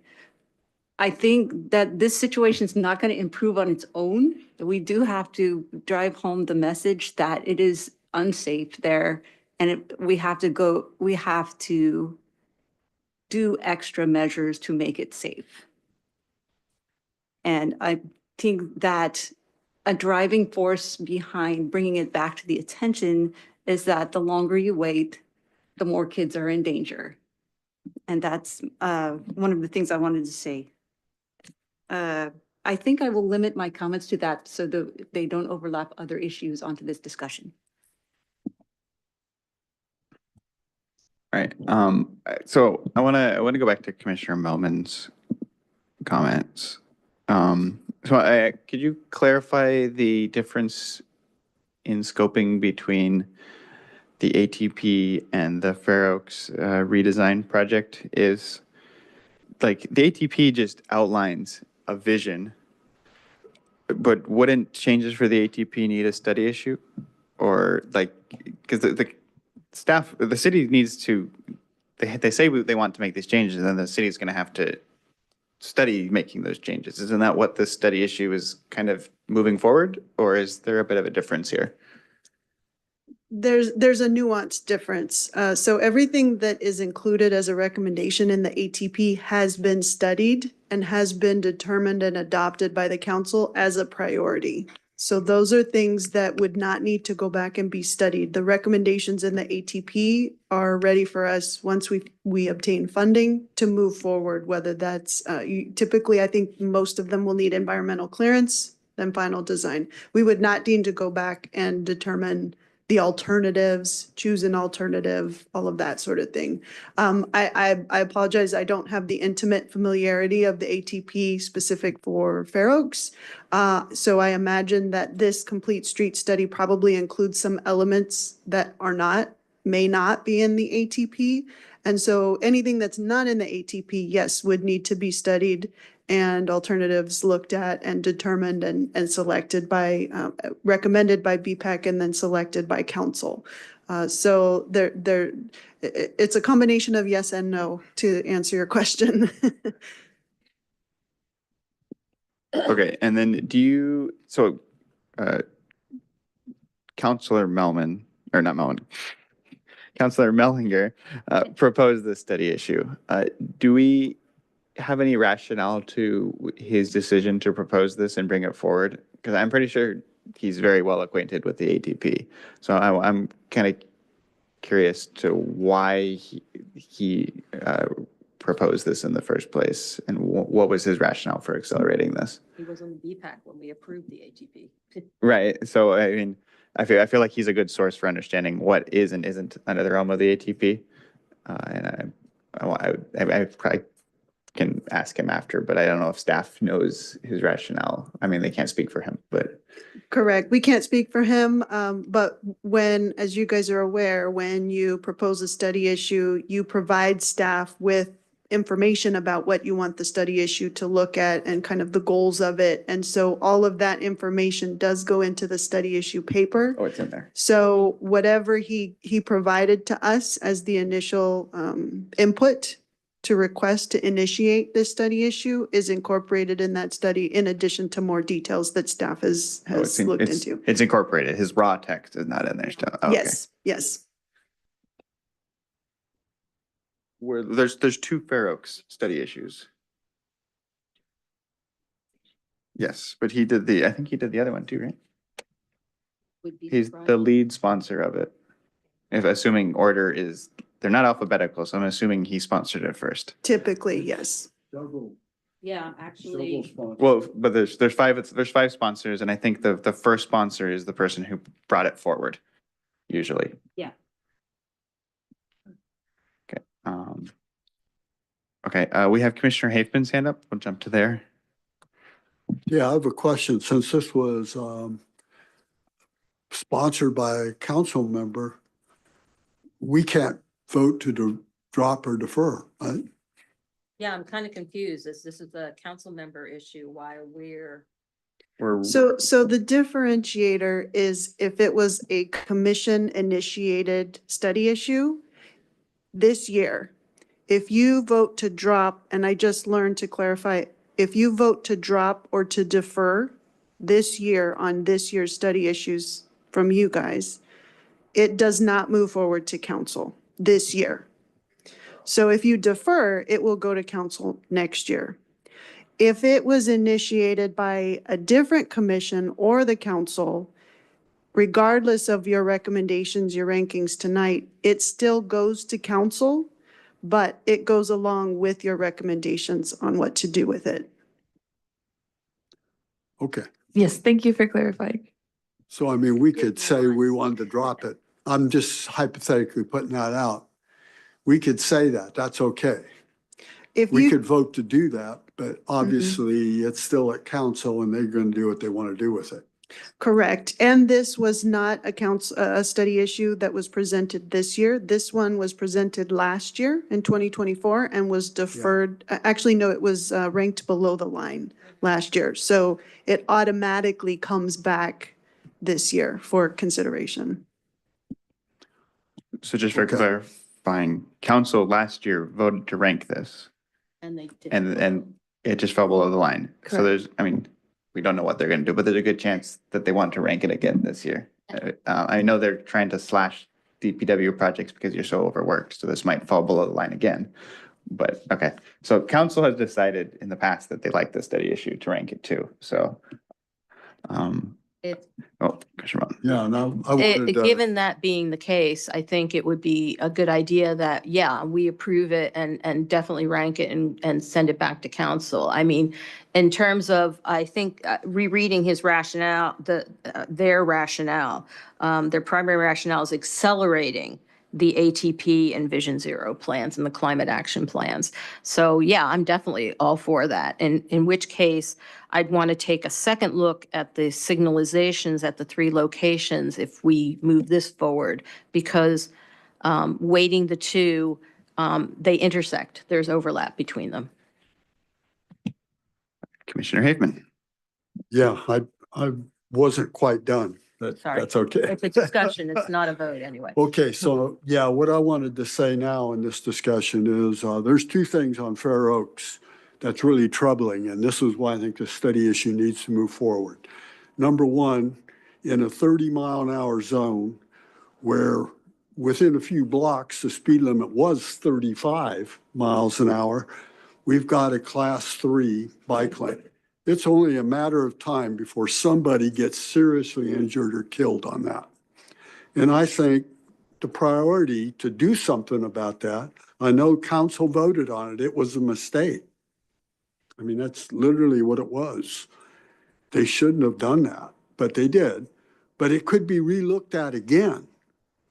And that problem could be fixed. The second thing is we got class 2 bike lanes there in section where the speed limit is 40 miles an hour. And so it's a very dangerous street. And so, yeah, the ATP has it in there, but a whole bunch of things are in the ATP. And by putting this study issue together, they can at least go back and review again the class 3 issue and also look at the speed limits for vehicles on that street. So yeah, I'd support ranking it for sure. I want to jump off that and ask staff a question. I'm going to put you a bit on the spot here, so tell me if you don't know the answer to it immediately. I know that last year the state legislature passed, I believe it's SB 1216, which changes where class 3 bike lanes are legal. I believe the new state law basically makes sharrows illegal on speeds with new sharrows. The existing ones can stay, but new sharrows are illegal on roads or sections of roads with speeds over 35 miles an hour or 35 or more. Are the current class 3 bike lanes on Fair Oaks at 35 miles an hour? Like, would they be illegal to install now if the city wanted to? Like, I honestly don't know off the top of my head, but yes, moving forward, we are adhering to that law and trying to be as conservative, like even in some cases going lower than the state law requirement. But on Fair Oak specifically, I'm not familiar off the top of my head with all the speed limits along this whole stretch. Okay, good. Yeah, I wouldn't expect you to be familiar with everything. I just was asking if you knew. I'm pretty confident that the sharrows are where it's 35 and they would be illegal to install now, which makes me even more supportive of going through with this because like the state has decided this is a problem even. So I'm done with comments. I see no more raised hands. Does someone like to make a motion or speak on another one of the items, or are we done with dropping? Commissioner Moman. Yeah, I would like to make a motion that we definitely forward this to city council. And actually, I think when we consider ranking, I would put this at the top. Are you trying to make a motion now, or are you saying you would like to make a motion in the future when we get to? In the future, when we get to the actual thing. So Okay. in terms of the overall discussion. Okay. So. Sorry, let me get back to my script. I see no more raised hands, which tells me we're done with dropping. Sorry, I'm finding my script again. I closed the tab by accident.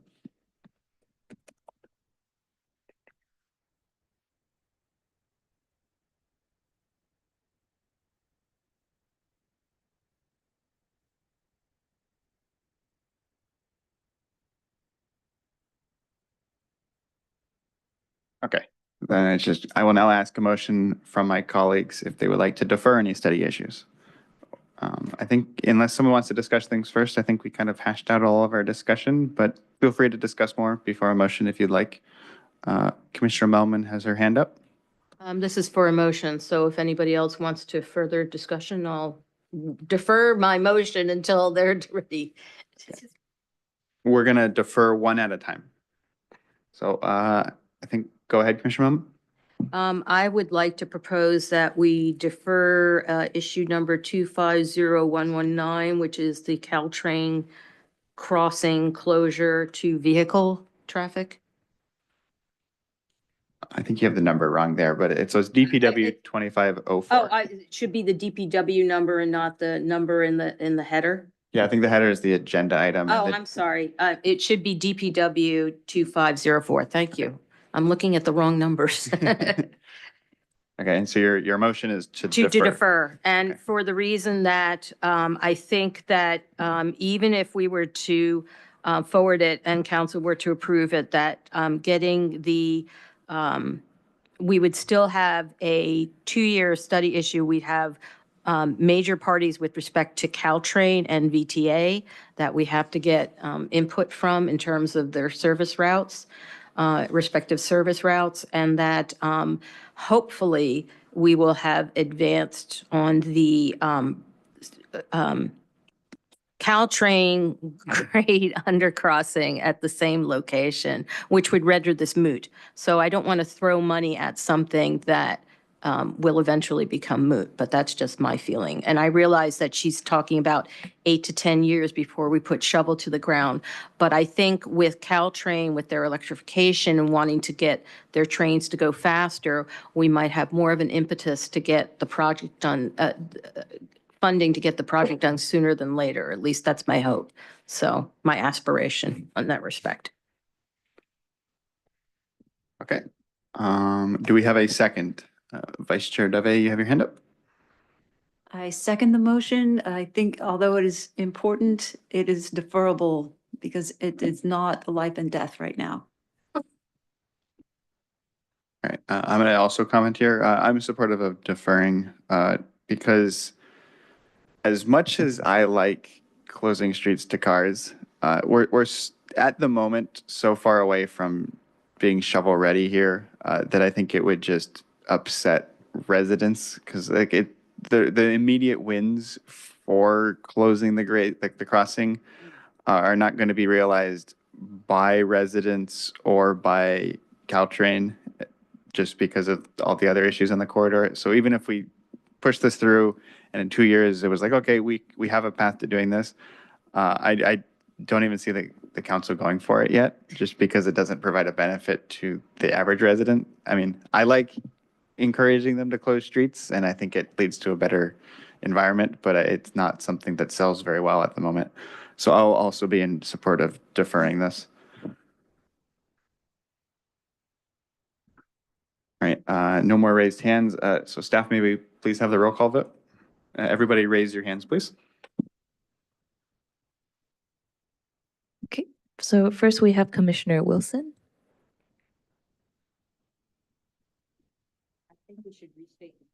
Oh, sorry. So thank you. The motion was to defer DPW 25-04. This is the study issue to close Sunnyvale Avenue Caltrain crossing to vehicles. Yes. Thank you. Vice Chair Dove. Yes. Thank you. Chair Beagle. Yes. Commissioner Golakota is absent. Commissioner Bonet. Yes. Thank you. Commissioner Melvin. Yes. Sorry, yes. Thank you. And Commissioner Haefman. Yes. Okay, so we have 6 yeses, so the motion carries with 6 yeses and 1 absent. And this is to defer DPW 25-04 to close Sunnyvale Avenue Caltrain crossing to vehicles. All right, we'll move on to more discussion on more motions. Commissioner Bonet has his hand up. I would like to propose a motion that we forward 25-08, the expanded pedestrian mall, to City Council with our recommendations for the aforementioned reasons of our discussion, and in light of the fact that even if Council passes it, it is still at earliest 1 year into the future. So at the moment, we're working on deferrals and not propagation. Correct me if I'm wrong, staff. We want to do deferrals now, and then we'll get to. Correct. We're trying to get all the deferrals squared away before we do the rankings. Yeah, okay. First it drops, then it's deferral, then it's. Yeah, and then, so we're not even gonna have a motion to forward.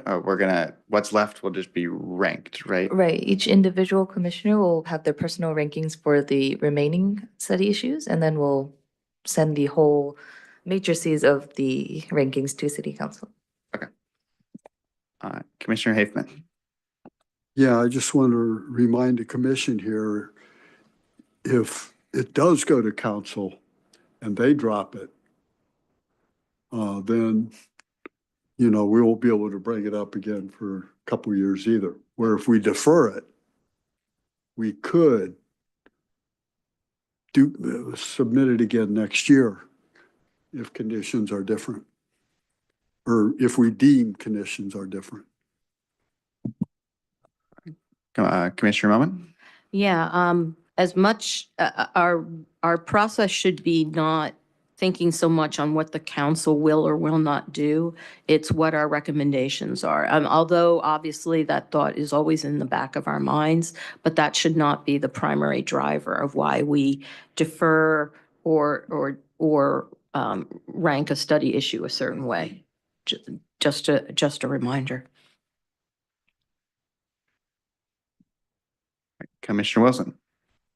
Yeah, I'd like to turn the discussion to the DPW 25-05, if possible, to discuss this sweeping protected bike lane study.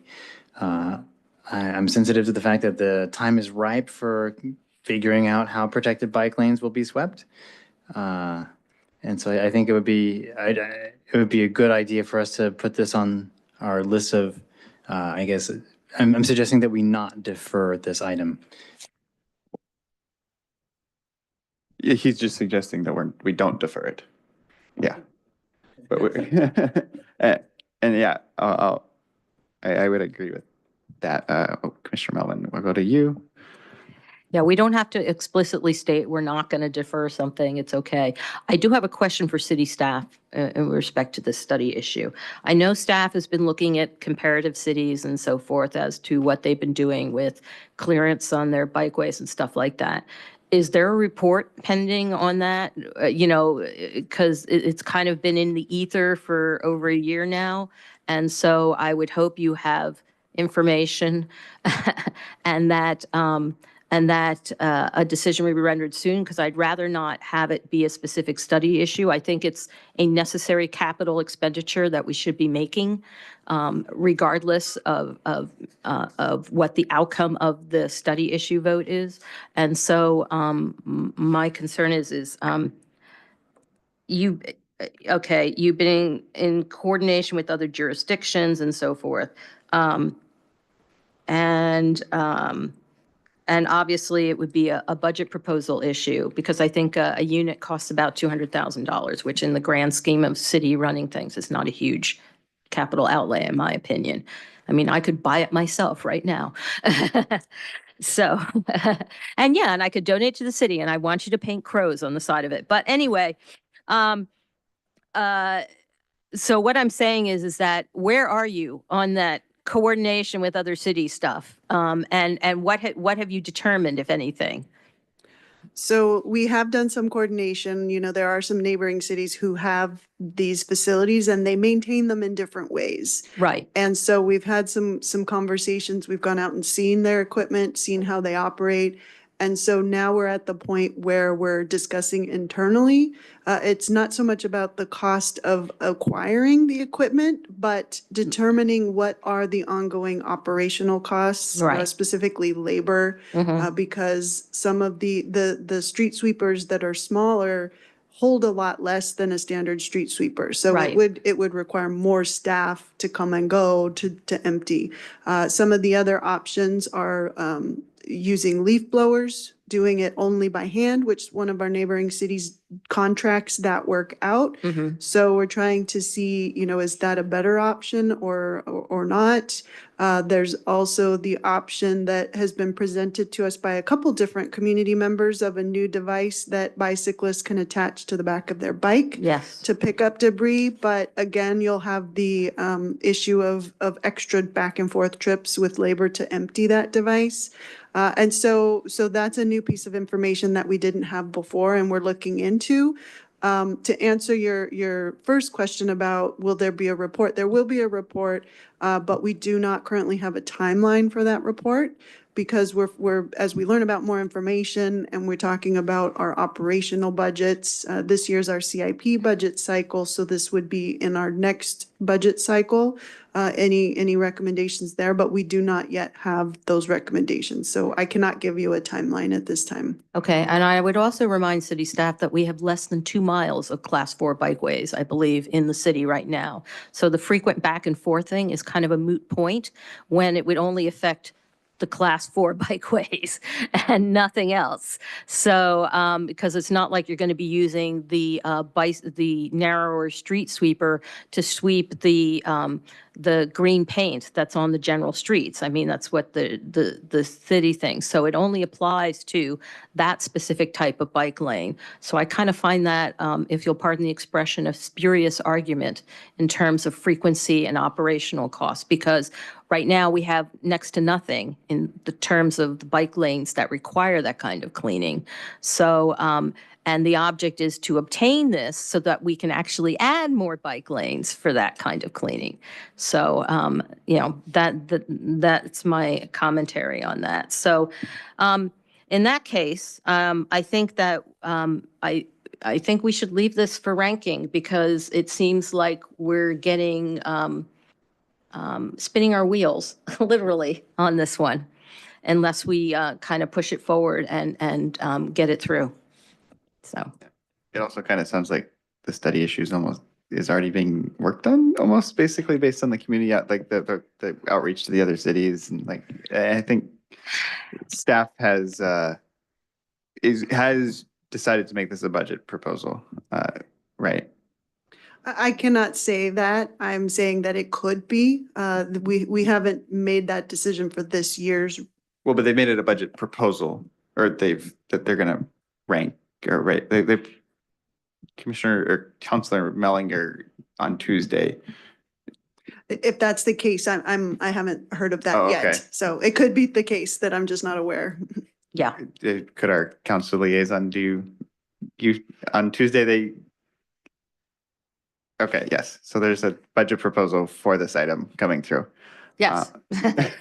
So then the question becomes, if there is a budget proposal for this item, do we need to retain the study issue? Because if the budget proposal is approved, then DPW has to acquire the item because it's been budgeted. And then they have to work out the logistics of however many people they're going to need to clean our 2 miles of class 1 bike lane. Yeah.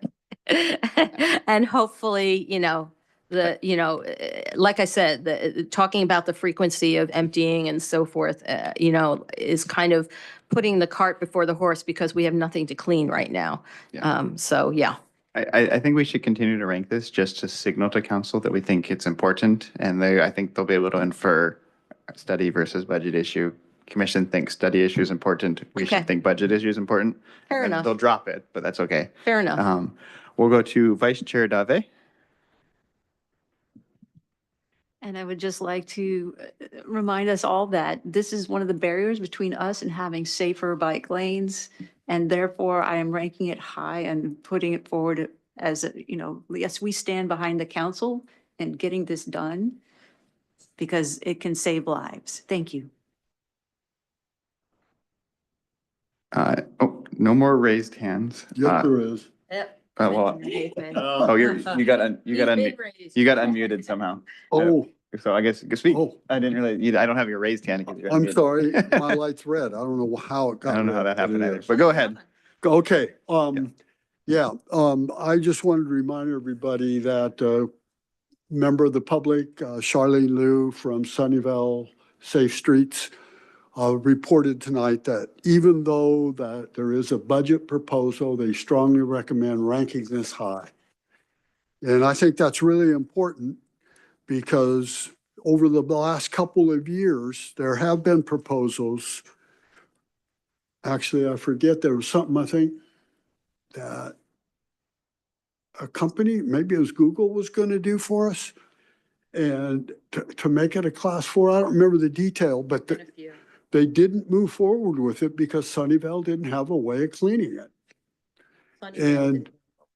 And so it's important that this issue get resolved so that where class 4 bike lanes can be done, this isn't raised as an issue. We don't have a methodology for cleaning them, so we're going to do class 3, or I mean buffered, class 2 buffered, until we have a cleaning solution. So they strongly recommended to make this number 1, and if it becomes a budget issue, then it'll just drop away as a study issue. That's my understanding. So that's what I think we should do personally. Yep, I am in complete agreement with that. So do we have any motions to, I have no more raised hands. Do we have any motions to defer anything? I know there was discussion on deferring the Sunnyvale Pedestrian Mall one. Does anybody want to make a motion for that or anything else? I thought we had already. So we voted no to drop the, we deferred the Caltrain one. Right. And we voted no to drop the pedestrian mall. We could vote to defer it if that is also a desire by someone. And I think there's full support for the other ones based on my colleagues' feedback. So that's the pedestrian one is the only one that seems contentious at this point. Commissioner Wilson, you have your hand up. I was going to make a motion to defer the DPW 25-08, the motion to evaluate the expanded Sunnyvale downtown pedestrian mall. Do we have a second? All right, we have no second. I'm very close to seconding it myself, but I do think it's really important. We're all going to Yeah. individually rank it as we see. fit Yeah, anyway, exactly. So it's going to be recommended to council if we don't defer it, but I think they'll see our rankings. Well, so it looks like there's no support to second it at this time.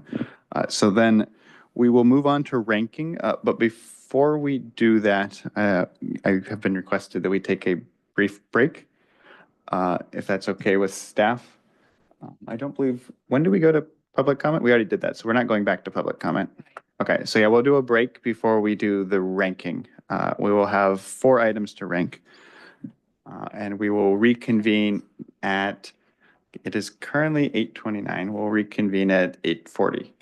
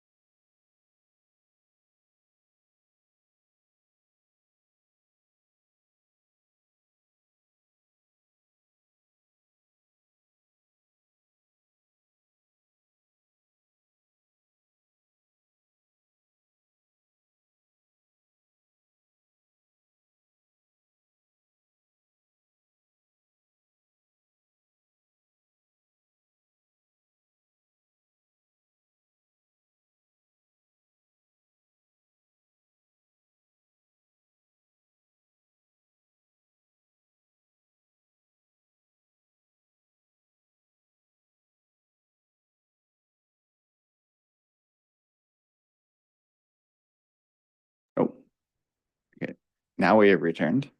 Okay, so now we are going to, we did the dropping, we did the deferring. I will now ask for a motion, well, discussion first, if you'd like. Wait, actually, no, sorry. I will now ask for discussion from my colleagues on the remaining study issues before we move on to individual rankings. So keep in mind, it's all the 5 we've seen except for which one did we defer? The Caltrain closure to vehicles. Right. And then we'll be ranking them 1 through 4. Are we going to do like an anonymous roll call or anonymous vote, or do you have how's this going to work? It's going to be a random roll call vote similar to how we've been doing. Okay. So other commissioners will hear your random Okay. generated result. You're gonna randomly roll call us. We're gonna say what our number 1, 2. Oh, So let me do that. So you're gonna call our names and then we're gonna tell you what our number 1 is, or number 2 is, et Correct. cetera, et cetera. Okay. Mhm. Fun. Could you, yeah, if you could like just put up a little screen share of a Word doc with the names or something, that would be They great. have one of the 4. I'll put up the 4, but that one, the 4 from the agenda packet is missing the one that's in front of us. That's No, good. well, yeah, but I meant the form will be a helpful Oh, the reminder, form, and that the form. yeah. form, and then we have this, yeah, in front of us. All right, Ooh, and then now while we're seeing while staff is working on that, does anybody have any comments, discussions? Any insight on what your highest ranking will be and what you would like us to rank as highest? I think Fair Oaks should be number 1. The complete streets, Fair Oaks, EPW 2402 should be number 1, followed by the street sweeper, number 2. And 3 and 4 are up for debate.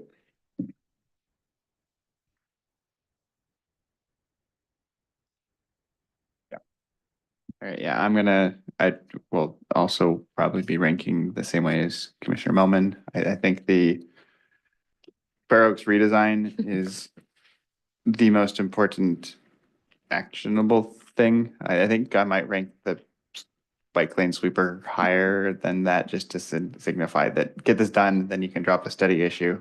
And then from here are my next rankings. So I will probably also rank the pedestrian mall last, as much as I really, really want the pedestrianization. I just don't, I mean, maybe I'll rank it higher because I personally want it higher, but I don't see council moving forward with it. I think of that as last because I think the other ones are more public safety facing. Commissioner Hapeman has his hand up, so we're gonna jump to him. I'm gonna lower your hand, Commissioner Melman. Yeah. I'm similar. I'm going to put the 2505 first, which is the street sweeper, simply because I think that's going to make it a lot easier in the future to seriously consider class 4 bike lanes. I thought I'm troubled a little bit with 2501 next, but I think I'm going to put it next because of the fact those 3 streets are over there by that park, and kids try to cross Fair Oaks with no stoplight and an unmarked crosswalk from Balsam and the other 2 streets there. So I'm making that second, and then the complete design of Fair Oaks third, and 2508 fourth. That's what I'm doing. Now I can understand flipping 2501 and 2402 too. I think either one of those would be acceptable, but I've kind of leaned the way I said it now.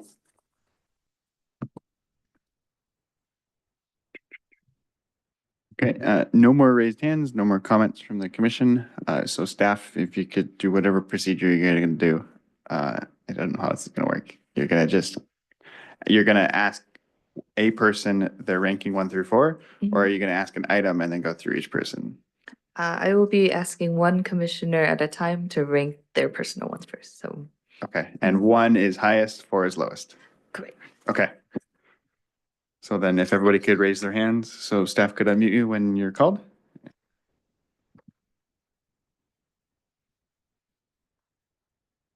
So first up, we have Commissioner Melman. Oh, goody. Okay. I'm going to put DPW 2505 as number 1, DPW 2402 as number 2,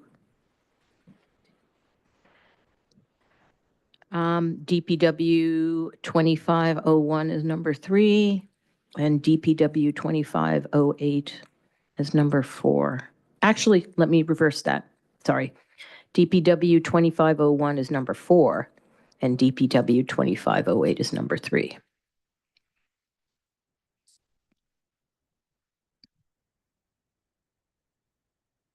Okay, so does that look correct on the screen? Sweep, Fair Oaks. Looks good. Perfect, thank you.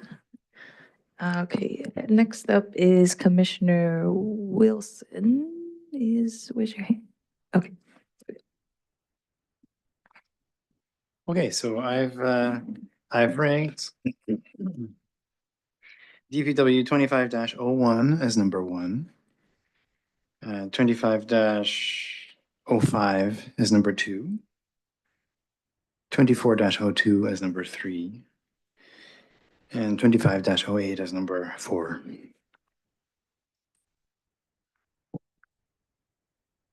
okay, thank you. Does that look correct on the screen?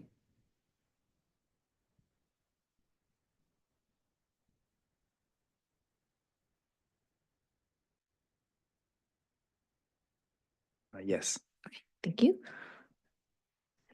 And next is Commissioner Bonet.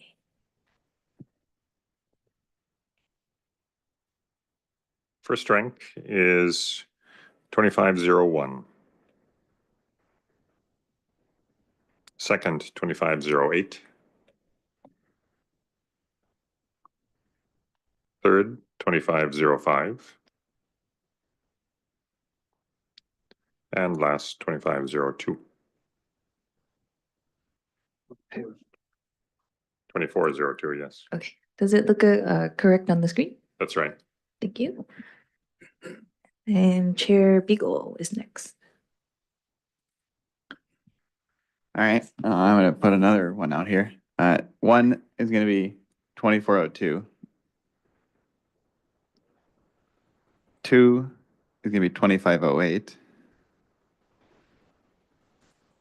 Okay, 3 is gonna be the street sweepers, which is 2505, you know. And 4 is gonna be 2501, the Fair Oak signalization. Okay, confirmation that it looks correct? Yes. Okay, thank you. And we have Commissioner Hafman. Okay, 2505, number 1, 2501, number 2, 2402 is number 3, and 2508 is 4. Okay, does that look correct on the screen? Yes. Thank you. Then Vice Chair DeVey. I'm going to list them in the order they are on the sheet. 24-02 is 2. 25-01 is 3. 25-05 is 1. And 25-08 is 4. Thank you. Does that look correct? Wait. Yeah. Yes, correct. Thank you. Okay, and then last we have Commissioner Gallicoto, who is absent. So give me a few minutes to transfer onto my calculation sheet, and then I will present the results afterwards.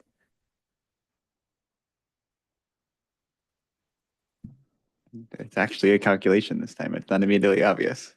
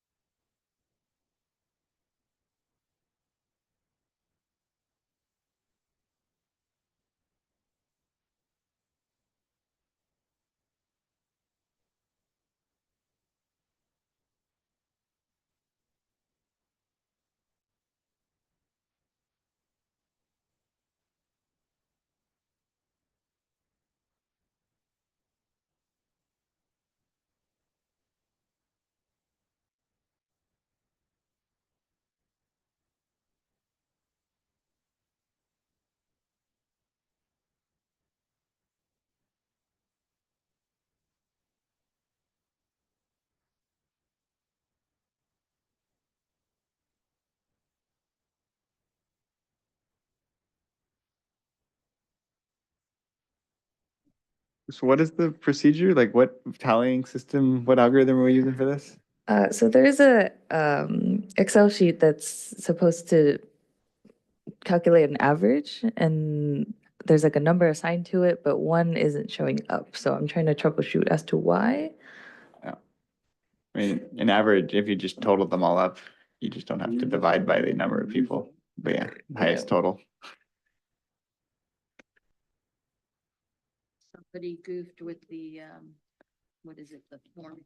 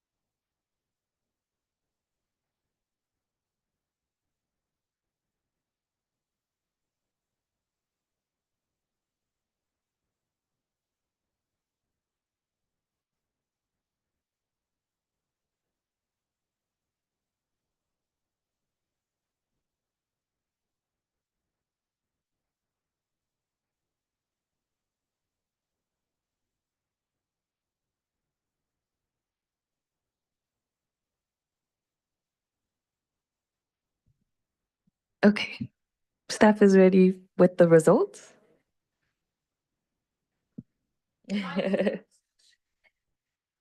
Okay, so according to our calculations, the ranking for number one is DPW 25-05. This is sweeping protected bike lanes. And we do have a tie for rank two. This is between the Fair Oaks for the complete streets redesign and as well as the 3 signals on Fair Oaks. So we'll have to do a quick majority hand vote. Yes, to break that tie. Mhm.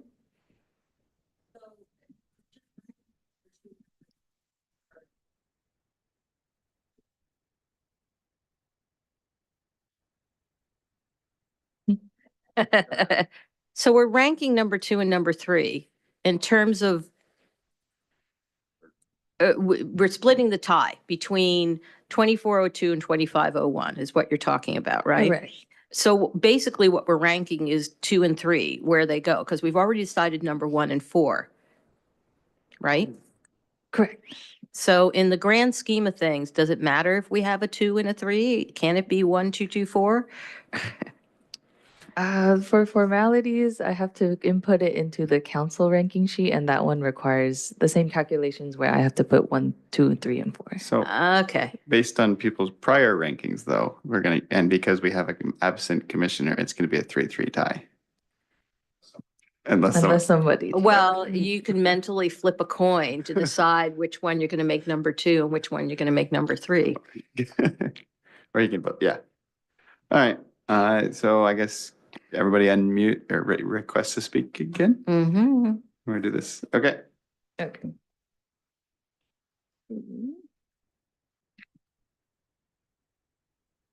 Okay, so first up is Commissioner Hafman.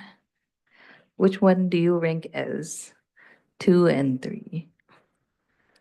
I would still rank, 2501 as 2 and 2402 as 3. And what happens if we can't break the tie, by the way? We keep doing it. We till keep get doing it until something happens, is my instructions. On the Where's the first go coin? around, I'm gonna stay the same. Okay. But I always after that- prepare for disasters. I just wanted to know what the disaster scenario was.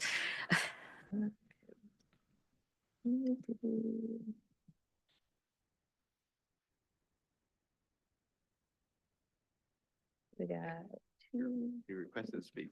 Okay, so next we have Commissioner Wilson. So,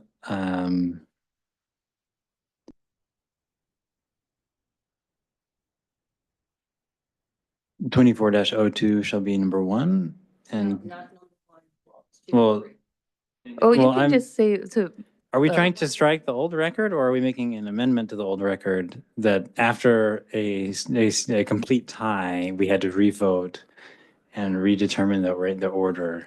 So between these two, I'm making it number 1, but yes, I guess really that's position number 2. correct. the So 4. to simplify the wording, I think you can just say, I'll rank this one higher and I'll Okay, adjust it on my sheet. okay.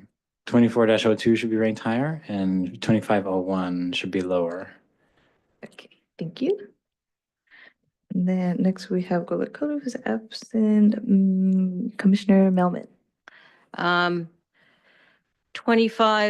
sorry, DPW 2402 is higher than DPW 2501. Okay, thank you. And then Vice Chair Dave. Yes, I was originally ranking signalization before complete streets because I thought it would be implemented more rapidly. Changed my mind. No, I'm just asking. What do you think? Are we permitted to have a discussion at this point, or? No, it's her ranking. It's Well, but what she's her- she's asking I'm for us to asking, I'm convince her. like, yes, why would you, what is your reasoning? I think it's pretty hard. We were given this printout specifically because, which is sponsored by the entire council. Yeah, so we've been given a printout for the signalization sponsored by the entire council, seems like. Except our liaison who's here tonight. But at any rate, it's it maybe predates your arrival. But point being is that this seems to be a very important aspect, I think. I think they want to do the complete redesign, but they know they don't have the resources. So in the interest of getting something done rather than nothing, I think we're being told to get the signal lights on Fair Oaks and then aspirationally hoping that maybe they'll discover some money and be able to do a full consideration. Okay, then I would like to change my vote to having signalization higher than Fair Oaks redesign. Okay, thank you. And then Commissioner Bonet. I vote to have the higher value on 2501 and put 2402 behind it.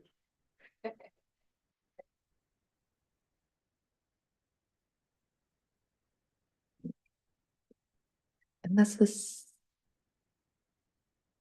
So we had one this side. Okay, so it looks like. Wait, I didn't get to say. Oh, I'm so sorry. Yeah, sorry.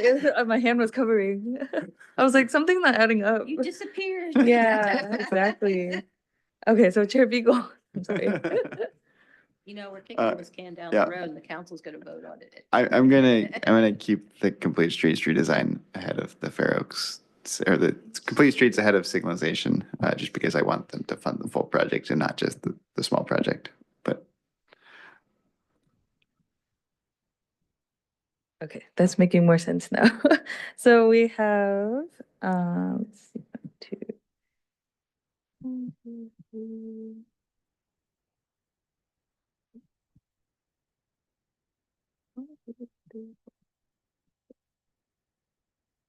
Hmm.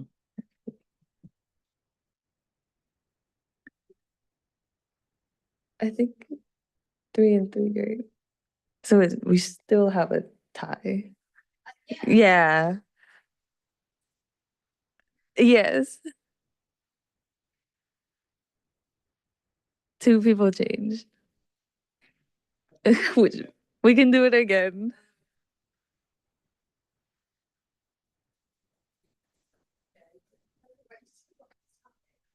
Sorry.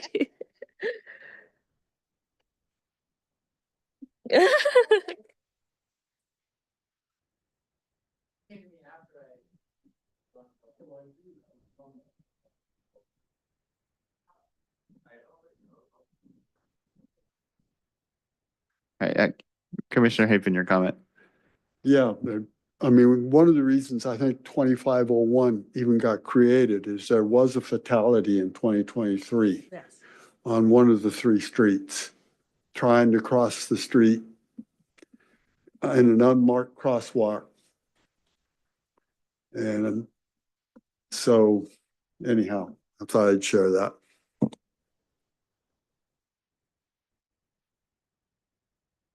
Commissioner Melman, your hand is, you requested to Oh. a comment, or? I'm sorry, I was doing it in anticipation of revote, but, you know, council forwarded both these study issues.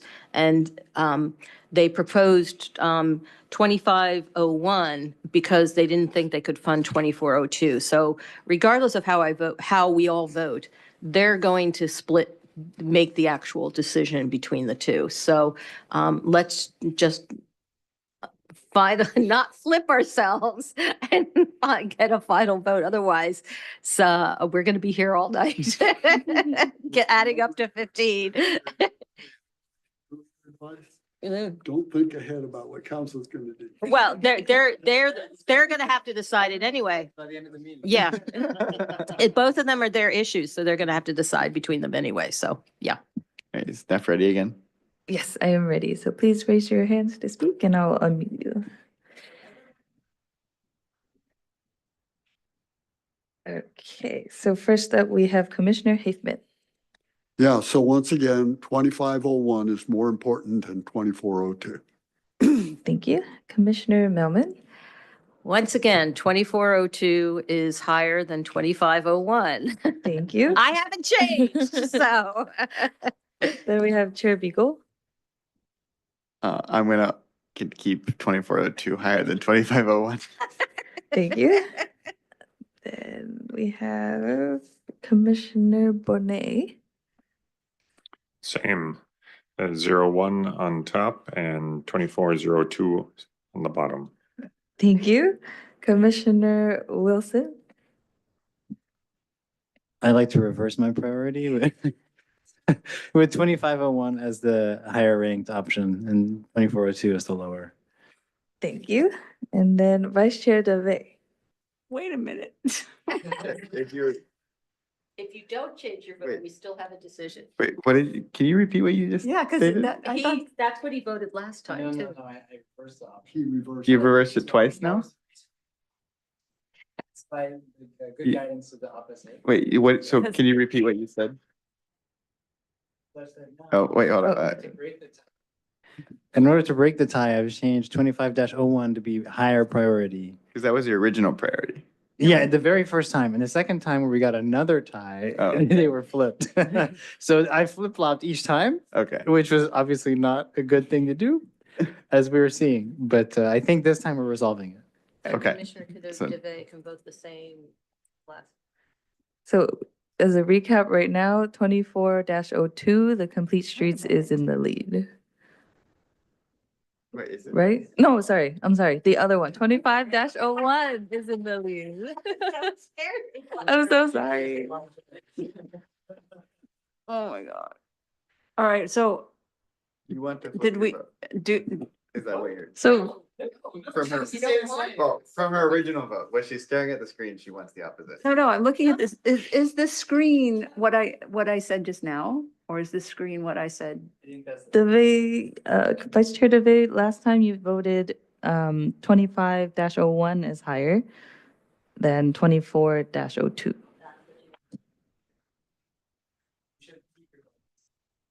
As it is now? What you just. What you're looking at on the screen was What the first. she's just- Okay. Right. So yes, I would like to keep my vote the same. As 25. Oh, As the second time. Okay, thank you. And then Commissioner Golakota is absent, so correct me if I'm wrong. Wait, so? Right, wait, so we have a total of 4 for 25-01 signals and 3, oh no, sorry. No. We really need Commissioner Golakota to be the tiebreaker. Okay. And then 24-02 is the lesser. Okay, let me update my sheet formally. So. Actually, I don't know how to override this, but. Yeah, so essentially this one is 3. Okay, so if all the commissioners can take a look at the screen and confirm those are the correct rankings, then we can move on to a formal approval of this recommendation to City Council.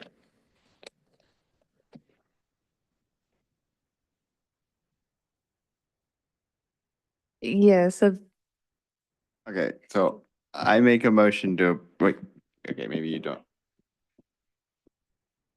This is your original votes, and then the rank on the left is what really matters. sorry, but yeah, so I haven't updated these yet. Yeah. Please only focus on the Okay, rankings here. so I make a motion to accept the ranking. Do we have a second? Commissioner Melman? I will happily second the motion to approve the ranking. All right. All right, the staff, may we have the roll call vote? Everybody please request to speak. Okay, so first up, Commissioner Wilson. I vote yes to accept the motion. Thank you. Chair Beagle. Yes. Thank you. Vice Chair Dave Yes. and Commissioner Hickman, Yes, Commissioner Bonet, Yes. Golakota's absent, Commissioner Melvin. Yes. That gets, the motion carries to adopt the rankings you see on the screen with 6 yeses. All right, oh, I skipped, 1 second. Okay, we did the ranking, blah, blah, blah. Yep, so now we move on to item number 25-0205, report and discussion of recent Santa Clara Valley Transportation Authority, VTA, Bicycle and Pedestrian Advisory Committee, BPAC meeting. Is there a report? Yes, there is a report. Put up the magic report screen.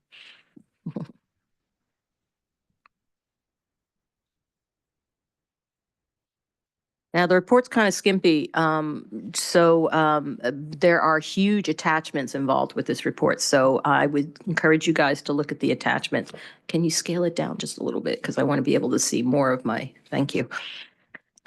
Okay, so we reelected the same chairperson and vice chairperson, which is great. They're doing a great job.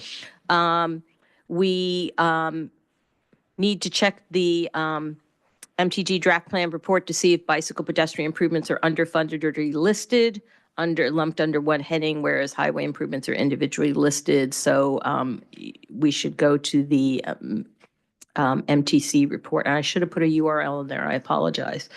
For informational purpose, Vice Mayor Linda Sell is our representative on the VTA board for the Group 5 or Northeast District. The VTA did an equity and infrastructure project pledge on to ensure that historically underutilized business entities are given opportunities in VTA projects going forward. We'll have to keep an eagle eye out to see how that's actually implemented. There is a press conference to be held for the Branham housing project, and it's offering affordable home ownership on VTA ground lease land. That's going to be on January 30th. Okay, so regarding last month, sorry, in November, I told you about the active transportation plan draft. So the comments that were made on the draft will be presented as an informational item. Not all the items will be specifically addressed in the responses, but the critical ones will be presented as an informational item to the VTA meeting. But a spreadsheet, I asked the question and was told that a spreadsheet of all the comments submitted will be published, and those comments which are not addressed as part of the plan will be given clear and rational responses as to why. So it won't be just like no or deferred or out of scope or anything like that. They will actually give explanations. And this is supposed to occur in March.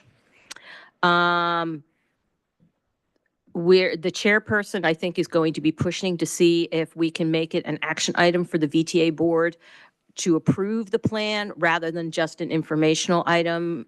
They were going to check the bylaws to see if that was the case, which I agree with heartily. I think there's like a 96-page the bicycle superhighway implementation plan. So I just wanted to say there was a lot of back and forth discussion about the use of the word superhighway with respect to this plan, because it wasn't really felt that it was an accurate description of this plan. It was adopted in 2018. They're updating it for 2025, obviously. The attachments are part of the packet of the plan. There's too much going on in there for me to comment on the specifics, but I encourage you to read the draft 2025 update. And especially, I think an item of interest was mostly like looking at the Stevens Creek Trail issues and stuff like that. So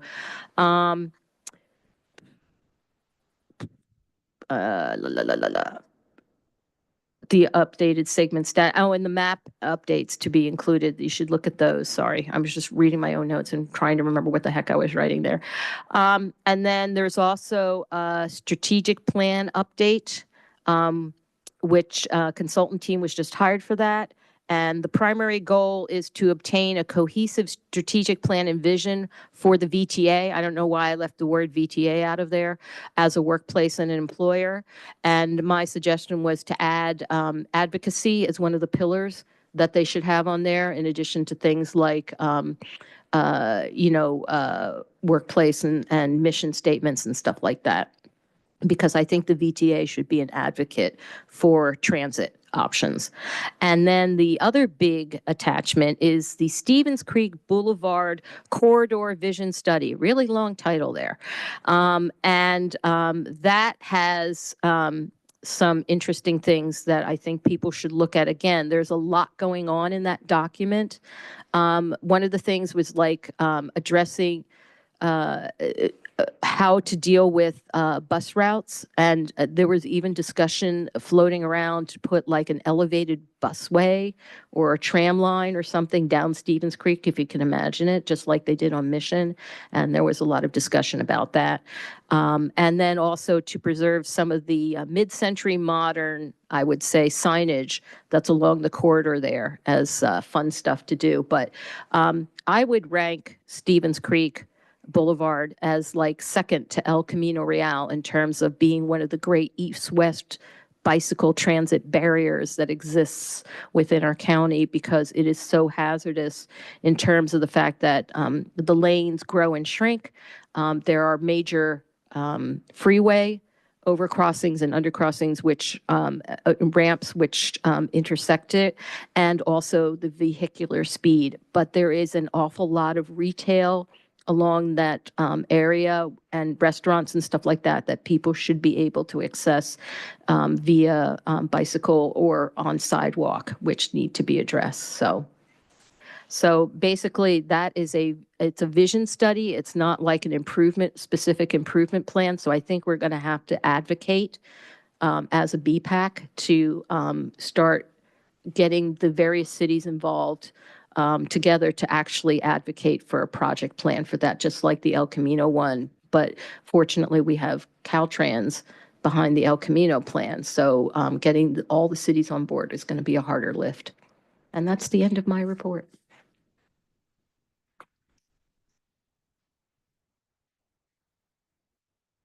All right. As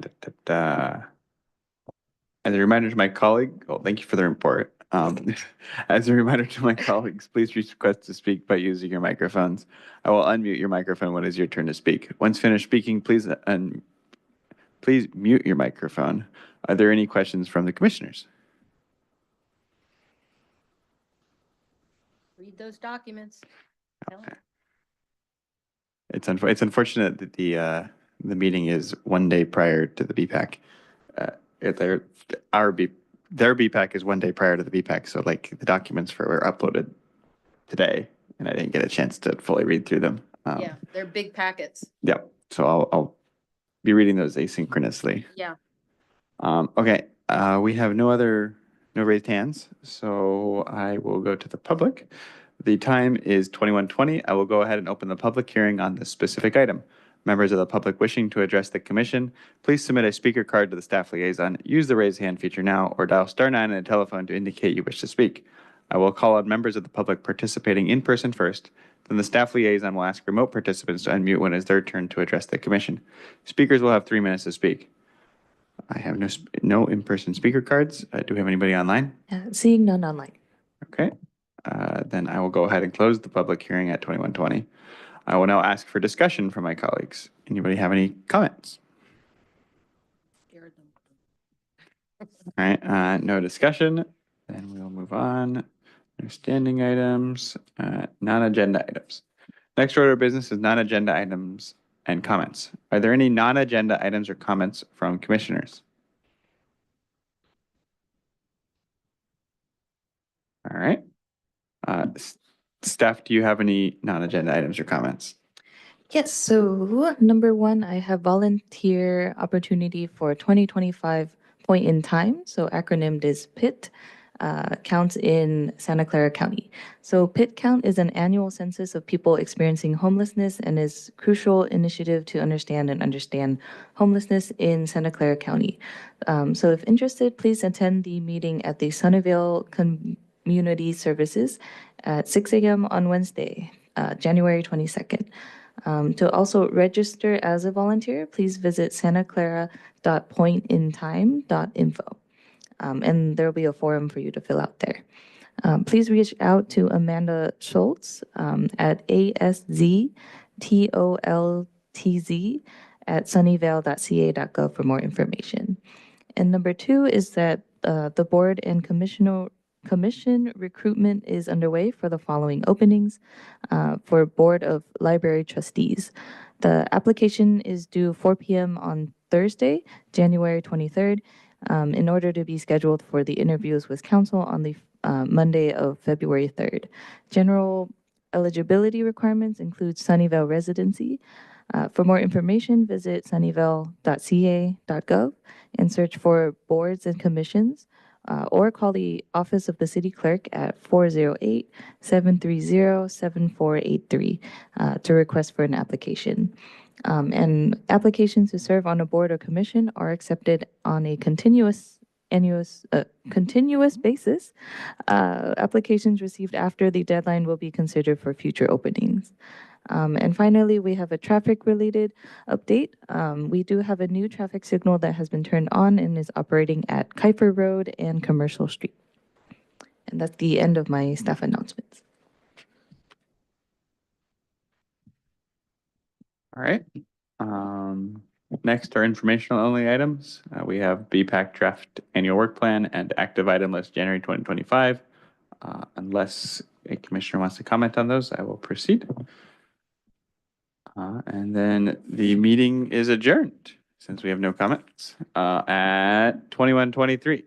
And I want to thank everyone for your participation in tonight's meeting. It was exciting. To the new year.